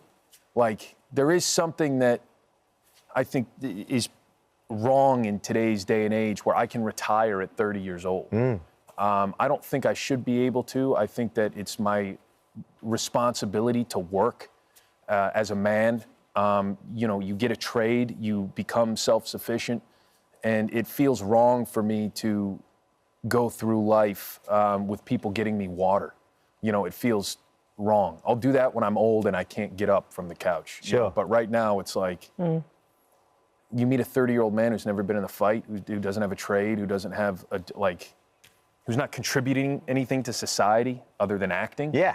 You've got a strong work ethic, a strong ethic, full stop. Yeah. So are you available for dry stone walling in case any of our viewers... I'm building a house at the moment, so I could do with it. Yeah, I don't live here in England. No, but you know, it'll be interesting to get the night agent to do your dry stone walling. I don't know how much time he's got on his hands. Yes, you're a bit he's busy saving Manhattan, and he's about to shoot Series 3. Come on, Jason, dude. Don't cheat on your wife, man.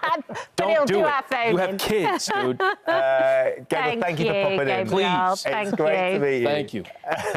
The Night Agent is out tonight on Netflix. Yes, all on Netflix. Thank you for visiting our This Morning YouTube channel. We upload tons of new content every single day. So hit the subscribe button, like all the videos, and don't miss out. We'll see you in the morning.